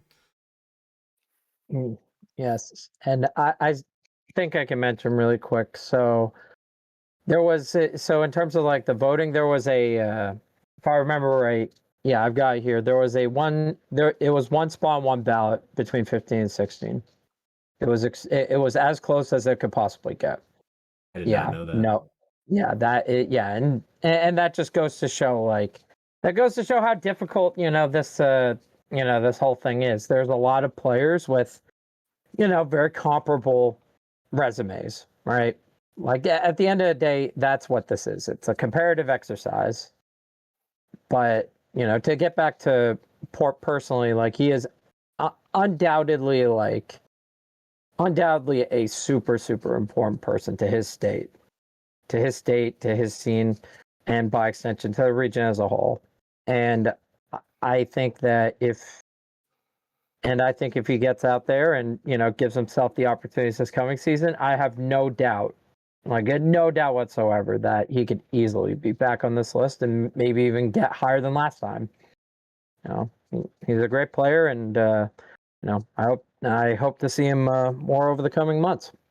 Yeah, I think to kind of end things on a funny and light note, I think all it'll take for Porp to be one of the very best players in New England is to move to a place where people live, a place that has like electricity and internet and things of that nature, a place that's like a modern American city. Could be huge for him. Here's the thing though, I think if you ever meet Eduport, his entire like personality, the way he like dresses, everything about him just screams Northern Maine. I mean, I think if you were to leave Northern Maine, it would be like I don't want him to leave Northern Maine, frankly. I think it makes him everything that he is. So I wish I could teleport him to tournaments though. If I could do that, I would do that all the time. Yep. Yeah. One quick thing I wanted to mention is that if he got on the PR, I think he would have been like the first Mainer to ever do so without like going to any other New England state for a tournament. Like that just the would fact, be remarkable. Yeah, because his 5 tournaments, 4 were in Northern Maine, and Final Warning was the last day of the season. Like the fact that he got that kind of a record without even having to leave his home state is an enormous compliment to him for taking the opportunities they had. No doubt about it. But it's also a compliment to the fact that, Maine is is more of a place where, PR players are going more regularly than they were in years past, and that's a compliment, to Boxman, to Level 3, but like all the people that are, working so hard up there to keep a scene going, And it's a compliment to the players. There's got to be players at a tournament to draw other good players to be there. When it's when other ranked players look at the attendees list and see people like Eduporp, like Dr. Lame, like all these other great Maine, carriers, we see those people and we think, damn, this tournament would be fun. Like Maine is a draw, which historically, I've been in the scene for 10 years, G-Town, you even longer. Historically, I don't think Maine has ever been as much of a draw as it is right now, which I think is just awesome. So that's the New England Melee Power Ranking. Can we show the full graphic? Yep. Let me. I have it here somewhere. Thanks to Kuro, who worked absurdly hard on this graphic. Nick kind of leaked it right there. I did. I don't know how to do this well without changing. I didn't set up for this. Yes. Let me think of how I But can do this. y'all True, Josh. Yeah, please go to Maine. Like, I'm telling you, Josh and Poor, that's like 2 top 20 players in New England. So if you're going to go to Maine, you're going to get some good competition to a Maine monthly. And people in chat telling me change the scene. Like, it's just that simple. I stream. Like, I was a full-time streamer for like years, bro. Like, what are we doing here? Jeez, just change the scene. Oh, if only I thought of that. Yeah, I don't think there's a way that I can seamlessly show it on stream, but I can link it in chat. So let's do this. I think this should work. I think people should be able to see this. So there you go. There we go. Shout out to Kuro for making us an awesome graphic. It's pretty awesome. Yeah, Kuro, I mean, this is just amazing. It is not easy to put this together. Well done, my man. Yeah. To kind of recap from bottom to top, we have number 15 is Palika. HM. Let's start with HM. Yeah, HM Eduport. 15 is Palika. 14 Saucy Mane. 13 Green Stash. 12 is Tommy from Connecticut. 11 is Regex. 10 Arn 255. 9 is Artie, the father of Connecticut. 8 is Abel. 7 Electroman. 6 is Nariel. 5 is myself. 4 Younger. 3 is Ember. 2 is Bonfire 10. And number 1, of course, rightfully sitting on his throne, is Calvar. So there you have it. That is the New England Melee Winter 2025 power ranking. I wanted to say real quick, just a huge thank you to the two of you, not to be too much of a glazer or whatever, but Gent for being one of our 2 stats guys. Shout out to Benji as well. This process is a lot more seamless because of things like the stats project and the bracket page being so, readily accessible and accurate. And a huge shout out to G-Town for always being kind of the person who bears the load of, getting ballots organized, setting everything up, as well as keeping the wins and losses sheets, keeping a lot of the data, and just being the overall kind of, domineer of these kind of things. So, couldn't do it without you, truly. And thanks for being on the pod as well. Like, holy. True. We got G-Town to show up without a mask on and do a podcast. That's crazy. That's wild. Nick, I wanted to give you a shout out too, because even though Nick isn't like necessarily ultra involved in some of this stuff, the fact that you were, first of all, we're partners on the podcast, which is amazing. And you were a balloter for New England, balloter for New Hampshire, I believe, as well.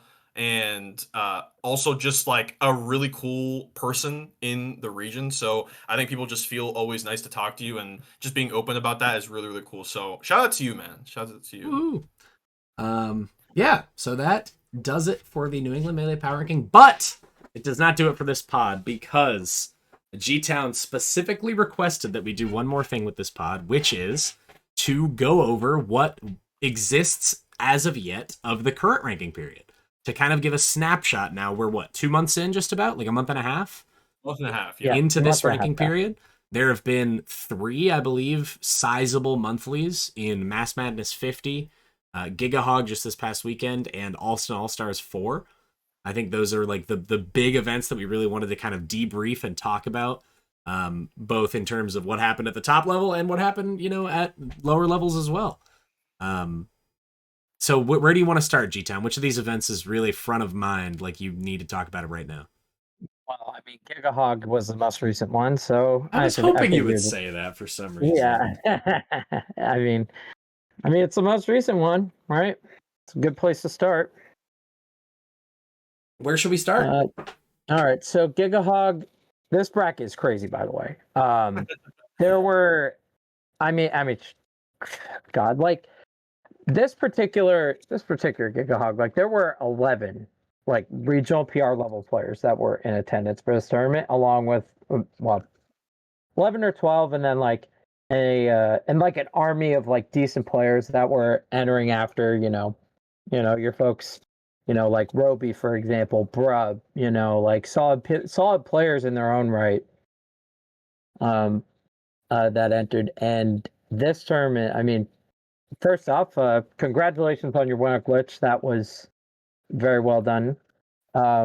In fact, now that I look at like the upper half of the bracket, it's like, wow, there wasn't really much in the way of upsets. It all just kind of went to seed. Uh, Arn 255 had to work very hard against Green Stash in order to keep it that way. That set was extremely close. And also, you had a bit of a tough time against Brub. And then Brub had a tough time against Moop, like shortly before that. They went to seed, but it's like, my God, like a decent few game fives. Yeah, it's the classic where, like, if you only look at the wins and losses, you're like, yeah, pretty chalky tournament. But if you were in the room and watched some of those sets, it was not that chalky. I'll tell you that. It was not that chalky. Yeah, GigaHog was a heater. I was obviously very happy with my run. I was super impressed as well with Trail. He actually showed up and actually played singles at an event, despite G-Town's insistence that it wasn't going to happen, and that I was a fool for believing in it. G-Town, the rare case where G-Town gets proven wrong. And Trail showed up in a big way. I want to also shout out Oz for sure at this tournament. And I know Devin just in the chat said to not talk about the tournament for him. But Oz actually took a set off Green Stash 3-2 game 5 heater set. And it's really cool because I think this is Oz's first New England PR win, I think, ever. I can't think of anybody else that he's beat. Maybe Ben, I guess, but that would be like prior to being New England PR for Ben. I can't think of anybody else that Oz has beat that's been New England PR, like had been New England PR. So it would be remiss if I didn't say this. He did beat me when I was not playing on like my actual controller. I was, it was a bar tournament and I wasn't on my actual tournament, but he beat me. That did happen. Okay, fair enough. It was not counted. It was not counted in the stats for this past ranking period because I wasn't on my actual controller, but that did happen. It would be remiss if I just pretended that didn't happen. But in terms of like legit counts for the stats, Green Stash is Oz's first PR win, and he actually said to me prior to the set, I really want to, because I kind of made a joke of like, he was like, oh yeah, I play the loser of this set, and it was, I think, Arn Green Stash. And I was like, oh, I feel like Arn would be like a doable pull, Falcon Marth. That's always a matchup that people like to play. And, I've kind of made a joke, like, you don't want to see Green Stash because you play him all the time. And he was like, dude, I want to play Green Stash badly. He was like, I want to beat him. I want to get my first Green Stash win. And he did, which is fucking awesome. And then he almost beat Kuro as well right after. Went game 5 with Kuro. So Oz kind of put on one of his first, solid steps at a big out-of-region tournament of making upsets, making things happen. Yeah, in terms of, and then also, I want to shout out you too, Nick, as well, because Nick was able to keep. Well, unfortunately, it didn't fully happen because the winner of the tournament was a New York player. But Nick was part of the resistance for sure, because Nick actually ended up beating the 4 seed in Glitch, who is, I think everybody in the stream knows how incredible Glitch is. Regularly wins, maybe not regularly because Ackle's always there, but is always a threat to win. Yeah, I mean, he's top 100, right? Like he's going to be this year. Like, probably I think that's pretty much a done deal that he will be somewhere on the top 100 this year. Yeah, so good stuff, Nick, for being part of the resistance for sure. Thanks. Yeah. But funny enough, like I know that's the one that kind of makes waves, but I'm definitely way more stoked about the Bonfire and Nariel wins than I am about the Glitch win. Yeah. Those felt much more hard earned, so to speak. Not to say that Glitch is, not good or whatever, but when you're playing against somebody for the first time and you play Game & Watch, there's some weird stuff that happens. Let's just say that. But yeah, it was a dope run. I was stoked to play well. I've always liked playing well at Hog. I really like that tournament. What else of note happened here? Nario went on a crazy run. He went into losers early. He lost to Trail in winners round 3, not even winners quarterfinals, in winners round 3. Trail beat Nario, so Nario drops into losers and beats Moop 3-0. Spades in the Ditto 3-0. Arn 3-0. Glitch 3-1. Gets the run back against Trail in losers quarters, wins that game 5. That was a wild set. I watched the whole thing. It was an absolute nail-biter every game. And then ultimately eliminated at 4th place by me, like I just mentioned a second ago. Crazy losers run. And a lot of just 3-0s. I mean, gets Moop, Spades, Nariel, all back-to-back 3-0s. Beats Glitch in 4. Beats Trail in 5. That's an insane losers run. Yeah. So, shout out to him for that. Yeah, this tournament was wild. It was GigaHog's always a good time. Always a good time. Oh yeah. Yeah, likely to be one of the most stacked monthlies we see. Probably not the most stacked tournament, just because summer yields some really big tournaments that get like north of 80 players. But in terms of like a regional, like a Mass Madness tier tournament that gets in that like 40 to 60 players range, this is likely to be the most stacked one that we see, maybe for this entire ranking period. Like G10 said, 11 players at regional period. I mean, there was straight up 9 players at GigaHog. Correct me if I'm wrong, G10, that are on this PR that we just revealed plus ePoodle plus glitch, I think is the case. Yeah. Yeah. Which is It's insane. yeah, no. I mean it's the top 11 seeds and Saucy Main. Like they're all like either on the list or like they're at that level. Yeah. Like it's just like wow, you have so many players, right? So many good players from a lot of different places. And that's part of the fun of like going to, your big tournaments, your regionals, right? Like you're going to get to play people from other states, which, that's it's a tremendous opportunity to, be able to have that chance because you're not going to get that many of them. Like realistically, like how many times are you going to get like Avstaters, from like Massachusetts and New Hampshire going to Hall of Gaming, like maybe once or twice a season. Exactly. Yeah. I want to move into Alston All Stars real quick. So this tournament is interesting. I will say, like, if I had to an objective scale, probably a little less interesting than GigaHogs. The GigaHog had some wild sets, but even still, the main person I want to shout out for this tournament is Yusuf.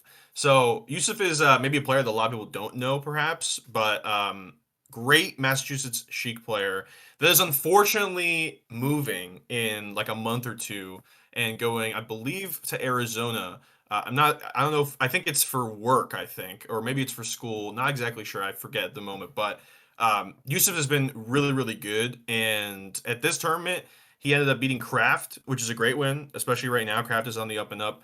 Then beat Thalia and Imogen Heat, who had just beat Kuro, actually, to make it into top 8. And then Yusuf ended up going game 5 with Regex, and Regex had just barely kind of edged it out that set. But Yusuf with an awesome tournament. I don't know if maybe we'll see him at a couple more events. Maybe I don't know what other monthlies he might hit up Mass Madness perhaps before he heads out. But this is I think a great tournament for him. So super happy about that. Yeah, I think Alston All Stars in general. I mean, it was a lot of the names that you typically see at these kind of mass tournaments. Regex, Yusuf, Devin, of course, you were there again. Ben, Saucy Main was there. Thalia was there. A lot of the kind of names that you would expect, and still some really inspiring performances. I mean, Regex with a really solid, sturdy run to third, beating Greenstash twice. I mean, Regex often gets called the Floaty Slayer. Perhaps rightfully so, living up to that mantra at this tournament. I just think it was a really solid performance by him. Gent, you came in at 5th, lost to Tori, and then lost to Devin as well, right? That was in losers quarters. Yeah, that was Devin on a little bit of a hot streak. Yeah. So I don't know. I think this tournament was again kind of what you expect for that Boston area regional, but still some super notable results and people kind of stamping their name on getting one of those solid runs that you are talking about at the end of a PR period. G-Town, what say you? Yeah. I mean, I'm looking at this. Also, just briefly, real quick, I guess I probably should mention Trail beating Bonfire and and Nariel at GigaHog. Like those are like his best results, like in 4 months at least. And he does deserve some degree of recognition for that. But to get back to this, we haven't kind of touched that much on the fact that Essie kind of aired this tournament. like that's not something that I see very much. And Essie did pretty well for somebody who hasn't aired Melee tournaments, has aired P+ brackets. I don't necessarily know that Essie's going to be entering a ton going forward, but it was cool to see Essie get a chance to play against Ben and against Regex and against Tori and Ware's finals and grands. And Essie did about as I expected. Still a very good player, clearly. Still can definitely play with the best in the region, but it's definitely it's definitely an interesting thing for me to see because I don't know how many more times like I'm going to see this kind of thing this season. Yeah. Right. Yeah, kind of an interesting through line there, G-Town. And the two things you said is Trail entering GigaHog and Essie entering Alston Illustrated. I think Essie entering is a little more of a rarity because Trail, he kind Yeah. of apparates in and out of the periphery of New England when he sees fit. Talk about an entity. I think Trail's a good example of that word. Essie, I think a little more of a rare kind of sight in a singles bracket for Melee. But still cool to Yes. see, and cool to see Essie still able to just show up and get second. And you lose to Bonfire twice. I mean, that's business as usual for a lot of the best players in region. So no shame in that. Yes. Hell of a second place performance. And that kind of leads us into Mass Madness 50. This was a big one. G-Town, you stumped on this one. You tried to get as many people out for this as possible, so I'm just going to give you the floor.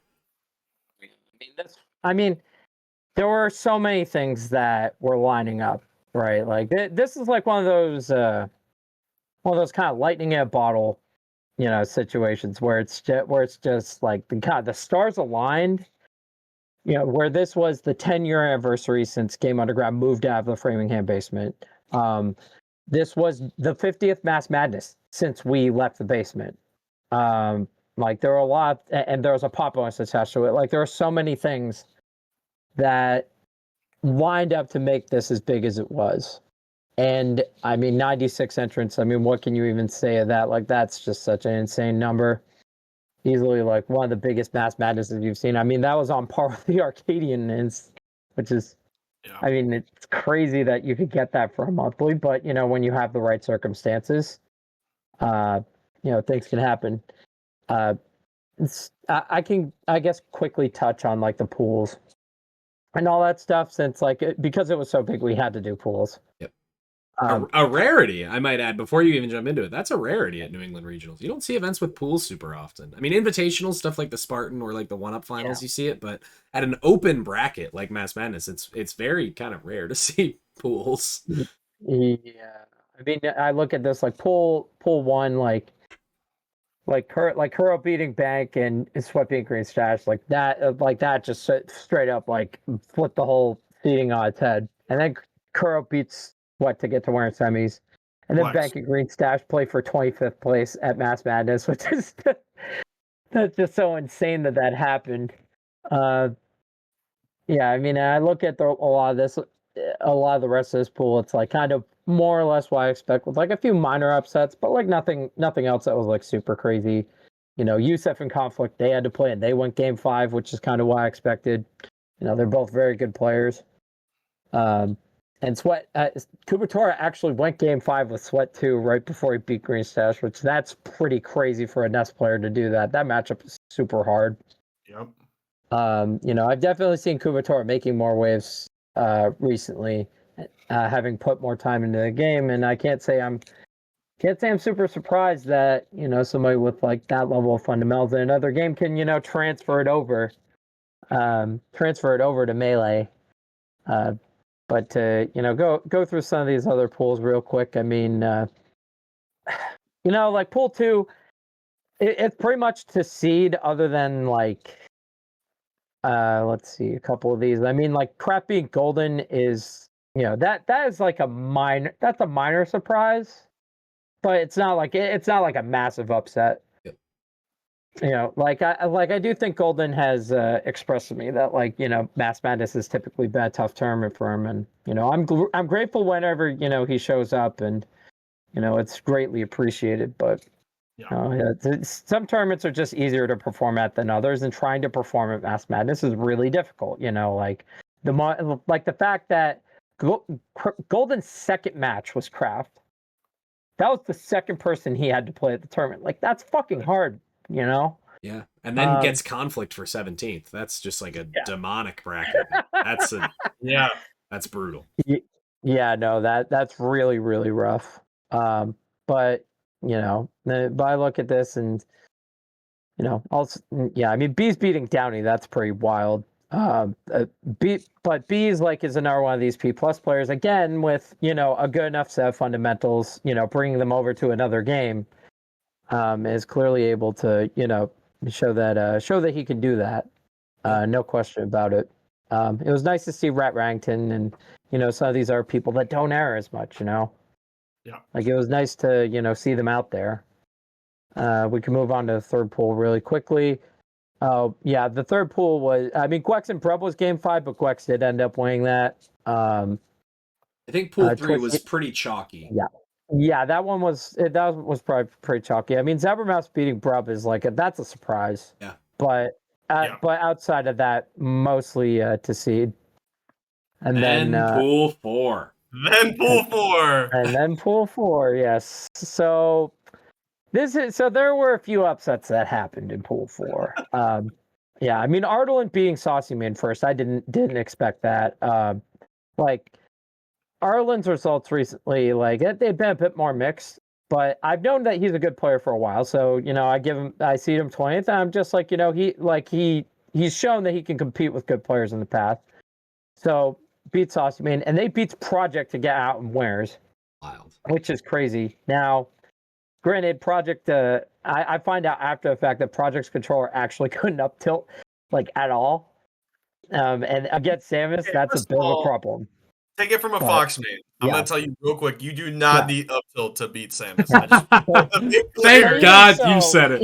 Thank God you said it, so, man. that was what he told me. No, yeah. I mean, Arlen's amazing, but still, we're talking about up tilt. Come on now. Yeah. But either way, there was 22K beating Ant. That's objectively a great result for 22K against a player that was just ranked 6th in the state. And then Lottie beating Ant too. That's also pretty crazy. Lottie's been on the grind for a while, and it certainly paid off there.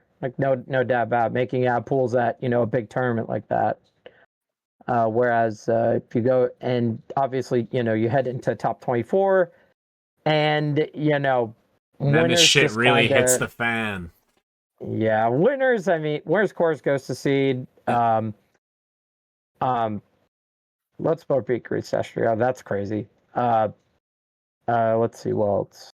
Oh yeah. Tom, if I could take on something real quick here, if you look at top 24, if you just look at first, second, third place, you might think I guess this is just another regular mass man.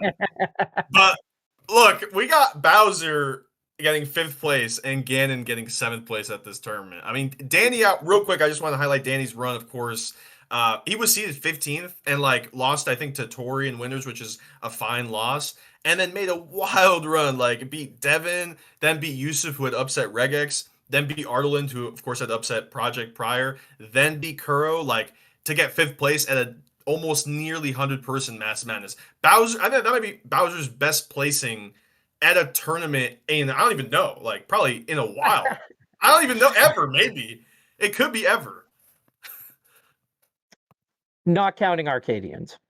Sure, yeah. Like tournaments where the PR players can actually, play. Right. It's so funny. You look at the rest of the top 8, and it's all pretty normal, and then you see Loadspiller and Kuro 5th and 7th is oh wow. Yeah. One thing that I wanted to highlight as well, that I think is worth highlighting, and it has to do with my bracket run as well, which is why it's close to the heart and close to my brain, is that Artie showed up and showed out at a tournament not in Connecticut, which Artie, long time, we talked to earlier about his kind of status in New England as a true legend, both in and out of the game, and the fact that he showed up to one of the biggest regionals that we have, a 96-player Mass Madness, and he went on a tear. In winners, he made it out of his pools in winners, lost to Ember 3-0. I mean, that's the 3rd best player in the region. You'd live with that. And then drops down to losers, immediately has to play Conflict, goes game 5, wins. Plays Project right after, 3-0s him. That's insanely good. That's absurd. Immediately after, plays me, wins game 5. That's an insanely good win, and then loses to Bonfire 3-0. I mean, you lose to the 2 best Sheiks in the region. That's one of the matchups that Peach tends to struggle with. You live with those losses, and the fact that Artie just showed up and got some insane wins under his belt and got 4th is insanely impressive. Justifying, the 9th place ranking that he just got on this PR that we just revealed. Came out immediately at the first regional of the new ranking period and just went nuclear. Exactly. Which is super, super impressive. And, again, it's close to my mind and my heart because I was part of that, warpath he went on, unfortunately for me, but, fortunately for him and fortunately for the delight of the scene in general, because Artie's a fucking legend. And it's cool. It's cool to see him go and still just put together these kind of runs. It's awesome. Yeah, no, fantastic player. I mean, like he got top 10, and it's a earned top 10. Like no question about it. And I'm very interested to see what more he can show this coming season. Because if I remember right, like you had to play Artie at GigaHog, right? Yes, yes, Yeah. but it's playing Artie at Hog, whether it's regular weekly or Giga Hog, is so like I don't know. Sometimes I feel like it's just kind of like whatever because he's running the tournament, and so like I can just like kind of tell that it's like not him necessarily. Yep. Not necessarily saying that like the win it doesn't count or whatever like that, but I'm just saying like I always have that in the back of my head. Like I beat him 3-0, but I mean it didn't feel exactly fully. It never really feels fully like Artie when you're at Hog necessarily. Yeah. Yeah, it's cool that he shows up to Mass Madness and the governor comes off. He's like, "Oh, I just get to play? I just get to focus on beating people? Like I don't have to worry about anything other than winning." And I think that when that governor comes off, Artie's extra terrifying. Yeah. Another player I want to quickly highlight, and I hope she's in this oh my gosh, the stream right now, is Lottie real quick. So Lottie actually upset Ant 3-0, I might add, to then make top 24, which is I think her first top 24 at a regional. And Lottie, just saying, she was on my top 5 risers, for New England that Nick and I did for the podcast, the first episode. She was on there for me. She's already showing out. So good stuff to Lottie. Good stuff. Yeah, I played Lottie at that tournament, and she took a game off me in pools. She's a beast. Got top 24. I mean, I think this is the best way we can shout out Lottie, honestly, is here's the list of people that placed the same at this tournament as Lottie. Regex, Green Stash, Saucy Main, 22K, Golden, Twisty, Miranda. That's wild. Pretty crazy company. 17th of this tournament included 3 people that we just revealed on this PR. in Saucy Main, Green Stash, and Regex, all at 17. Right. That's wild. To place the same as them in any context is super impressive. And the same can be said for Yusuf at 13th, placing the same as Rat Raddington and Kraft and Sweat, all getting 13th is wild. 13th of this tournament is not easy to do. That is, prior to this tournament, the best way I can phrase this is 2 weeks before this Mass Madness, if you told me, take a guess at who's going to place 13th at this tournament, and you told me it was Yusuf, Kraft, Rat Raddington, and Sweat, I could not have picked that in a million years. That's 4 names that I would not have been able to pick. And then move forward to 9th place. You have Artalind, Gwex, Conflict, and you, Electroman. I mean, you're the only name in there that intuitively in my head is like, yeah, Gent could get 9th at a Mass Madness. Like that is within the realm of something I could conceive going into the tournament. But my defense, okay, I lost to Tori and Project. Okay? I know. Like, come on, man. I know. It's just wild, the names of people. Like, I feel like, definitionally speaking, for there to be people who overachieve at a tournament, there has to be an equal number of people who underachieve, right? That's just how these things work. But it just feels like there's so many overachievers at this Mass Madness. It feels like there's so many people who punched way above their weight. Kuro getting 7th, Danny getting 5th, Artalind 9th, Gwex 9th, Sweat 13th, Kraft 13th, Yusuf 13th. Like, these are all big punch ups. And at the biggest regional, of this ranking period so far, and one of the biggest tournaments we've seen, there was a lot of overachieving going on in this bracket, and I just think that's fucking awesome. That's what we do it for, is to watch these jumps happen in real time. And we saw so much of that at this tournament. And before we wrap up, because I know we're getting around the 2-hour mark at this point, and we people definitely want to go sleep and everything. I just wanted to say real quick, Mass Madness has been, like, for me personally, probably my favorite tournament to go to. And even though, like, Game Underground, obviously, like, no venue is perfect. Everything, you could always make it better. But, like, even still, Mass Madness to this day, I have a lot of nostalgia for the tournament, even though, like, I've only been going to it for just a couple years at this point. It's my favorite tournament to go to every year. That's not like a major or like CT GamerCon or something like that. Mass Madness is always super fun. I think it's well run, of course. Thomas did an incredible job. Only best of 5s here in New England at Mass Madness. And it's been awesome. I hope to have 50 more. I mean, that would be amazing. Yeah, Mass Madness is. I think the best way I can describe it is Mass Madness is the one. It's just the one. It's the Thunderdome of New England. If you can't win that game underground, you're not that guy in New England. You have to be able to win high leverage sets in that venue under that pressure. It's the one in New England. You can do great at Hog, you can do great at SSS, you can do great at Balance Patch, you can do great at whatever local they do up in Maine. I'm not an expert. They've had a million locals in the last 2 years, so I get them confused. You can do great at your locals. You can do great at your hometown or your home city regionals. You know, I'm partial to SSS because that was my first tournament ever. But even I, through that partiality, can say Mass Madness is the one. It's the one that you have to be able to go and operate under pressure and in adverse circumstances, whether that's in the game or out of the game. Mass Madness is the one. And Mass Hell Madness yeah. 50 was the one. Of the Mass Madnesses that we've had in the last few years, that was the one. I think that's the simplest way I can describe it. So, you know, not to get too corny, but Tom, thanks for putting it on. Thanks for making it happen because Thank you, Tom. not only would it not exist without you, but it certainly wouldn't pull this kind of weight and be what it was without. Even if we had Mass Madness in name, we wouldn't have this 96 player bloodbath that we had, you know? Yeah, I mean, it also goes back to a legacy that it carries before any of us were like going to tournaments. Like this tournament, the first Mass Madness that ever happened was in, I believe it was May of 2007.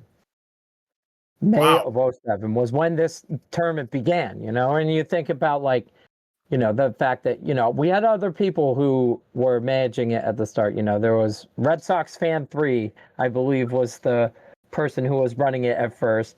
And then Matt.Zeb took it over. And I think Kevin M helped for a time. You know, there and then eventually, you know, Big Blue, you know, like they step in and, you know, they take a bigger role in handling that. And then eventually after, you know, a bunch of other TOs that came up around the same time that I did stopped. You know, I ended up kind of taking the reins, and I think that you know, I think that putting you know sort of a bow on this whole thing, I think that New England Melee is a great place for people to try to improve and get better at the game. I legitimately believe that we've got like if you think about us as a region, you know, we've got a lot of well-run tournaments. We've got a lot of good venues. We've got a lot of pretty good players that play a variety of different characters. You know that they'll be able to test your ability to, you know, handle, you know, Mr. Game and Watch, or, you know, or I guess Dr. Mario Palika's case, you know, for this past season, you know, Peach, yeah, Luigi, Luigi, you know, Puff, Pikachu, Ganon, yeah, yeah, Pikachu, everybody. yeah. It's like you know, you Kirby go and over the list. Bowser. Kirby and Bowser, like Bowser, so true.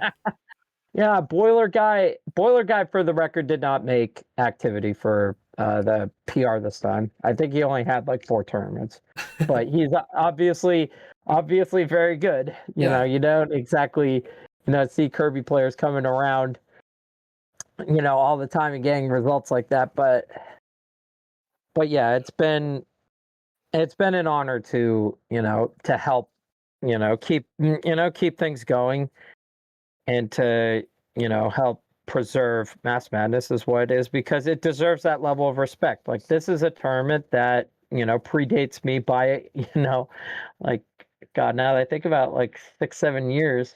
you know and uh and I think that whoever runs that tournament next is going to do their best to handle it as well. I think that tournament is too important and means too much to too many people for it to be, anything other than what it is, which is the big central gathering place for New England Melee to come together from a bunch of different states and, see what everybody's got, right?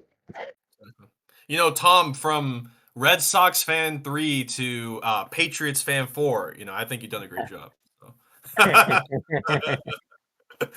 Well, yeah, I mean, Brady's back there, no, but no, I think that there's definitely a lot of people who've done an enormous amount to, help the tournament remain what it is. Big Blue, when they were there, like, they provided a lot of help.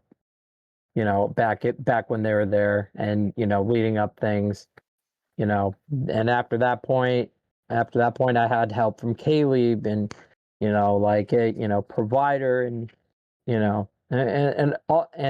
all sorts of people who've helped agree to run pools over the years. Like, I get a lot of credit for like that tournament and what it is, right? But at the end of the day, it's a team effort. You know, those that you don't those kinds of tournaments are best done and handled as a team, not by like any single person. And I firmly believe that. Yeah. Yeah. I think that's a good note to close on, is that everything's a team effort. And I've been around a long time. G-Town, you've been around a little longer. And these things go in waves. There was a time that G-Town was a pure competitor and wasn't a TO at all. And there will Oh, I be miss those days. I wish I could go back. a life after the current era. There always is. It's just, you know, long live New England Melee. I know that's like the thing that Long live everybody New England. says, but it really is true. So thank you everybody for tuning in for the PR reveal and the overall discussion of things. Gent, G-Town, thank you both so much for being here, for joining for the pod. Love you both. This was fucking awesome, and there will be more of these in the future. Absolutely. So Congrats to everybody. yeah, congratulations to everybody who made it. Congratulations to everybody, and thank you to everybody who just makes this scene what it is. It is a team effort, like G-Town said, from the TOs to the players to the venue owners to the O2ers to the viewers to the chatters to, fucking everybody who makes this thing work. We all get to be a part of something cool, and it's because of everybody. So Exactly. And hey, on the back of being part of something really cool, we should totally send our stream over to free play that's happening right now. Just saying. Yeah, I don't know what stage of the bracket they're in. Also, we've got a bunch of big monthlies coming up. The next like several weekends. Like, go to Big Fotai. That's gonna be on the 14th.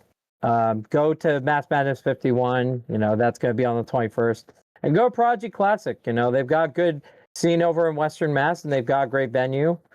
So if you're around the 28th, definitely give their tournament a look. And they put a lot of work into it, and I can respect that for sure. yeah.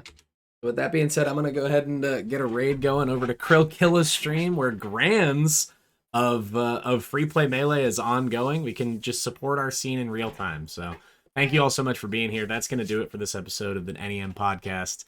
G-Town, Gent, thank you again for being here. Love you guys. Have a good night, everybody. Have a good night, y'all. Take Bye. care. All right, we are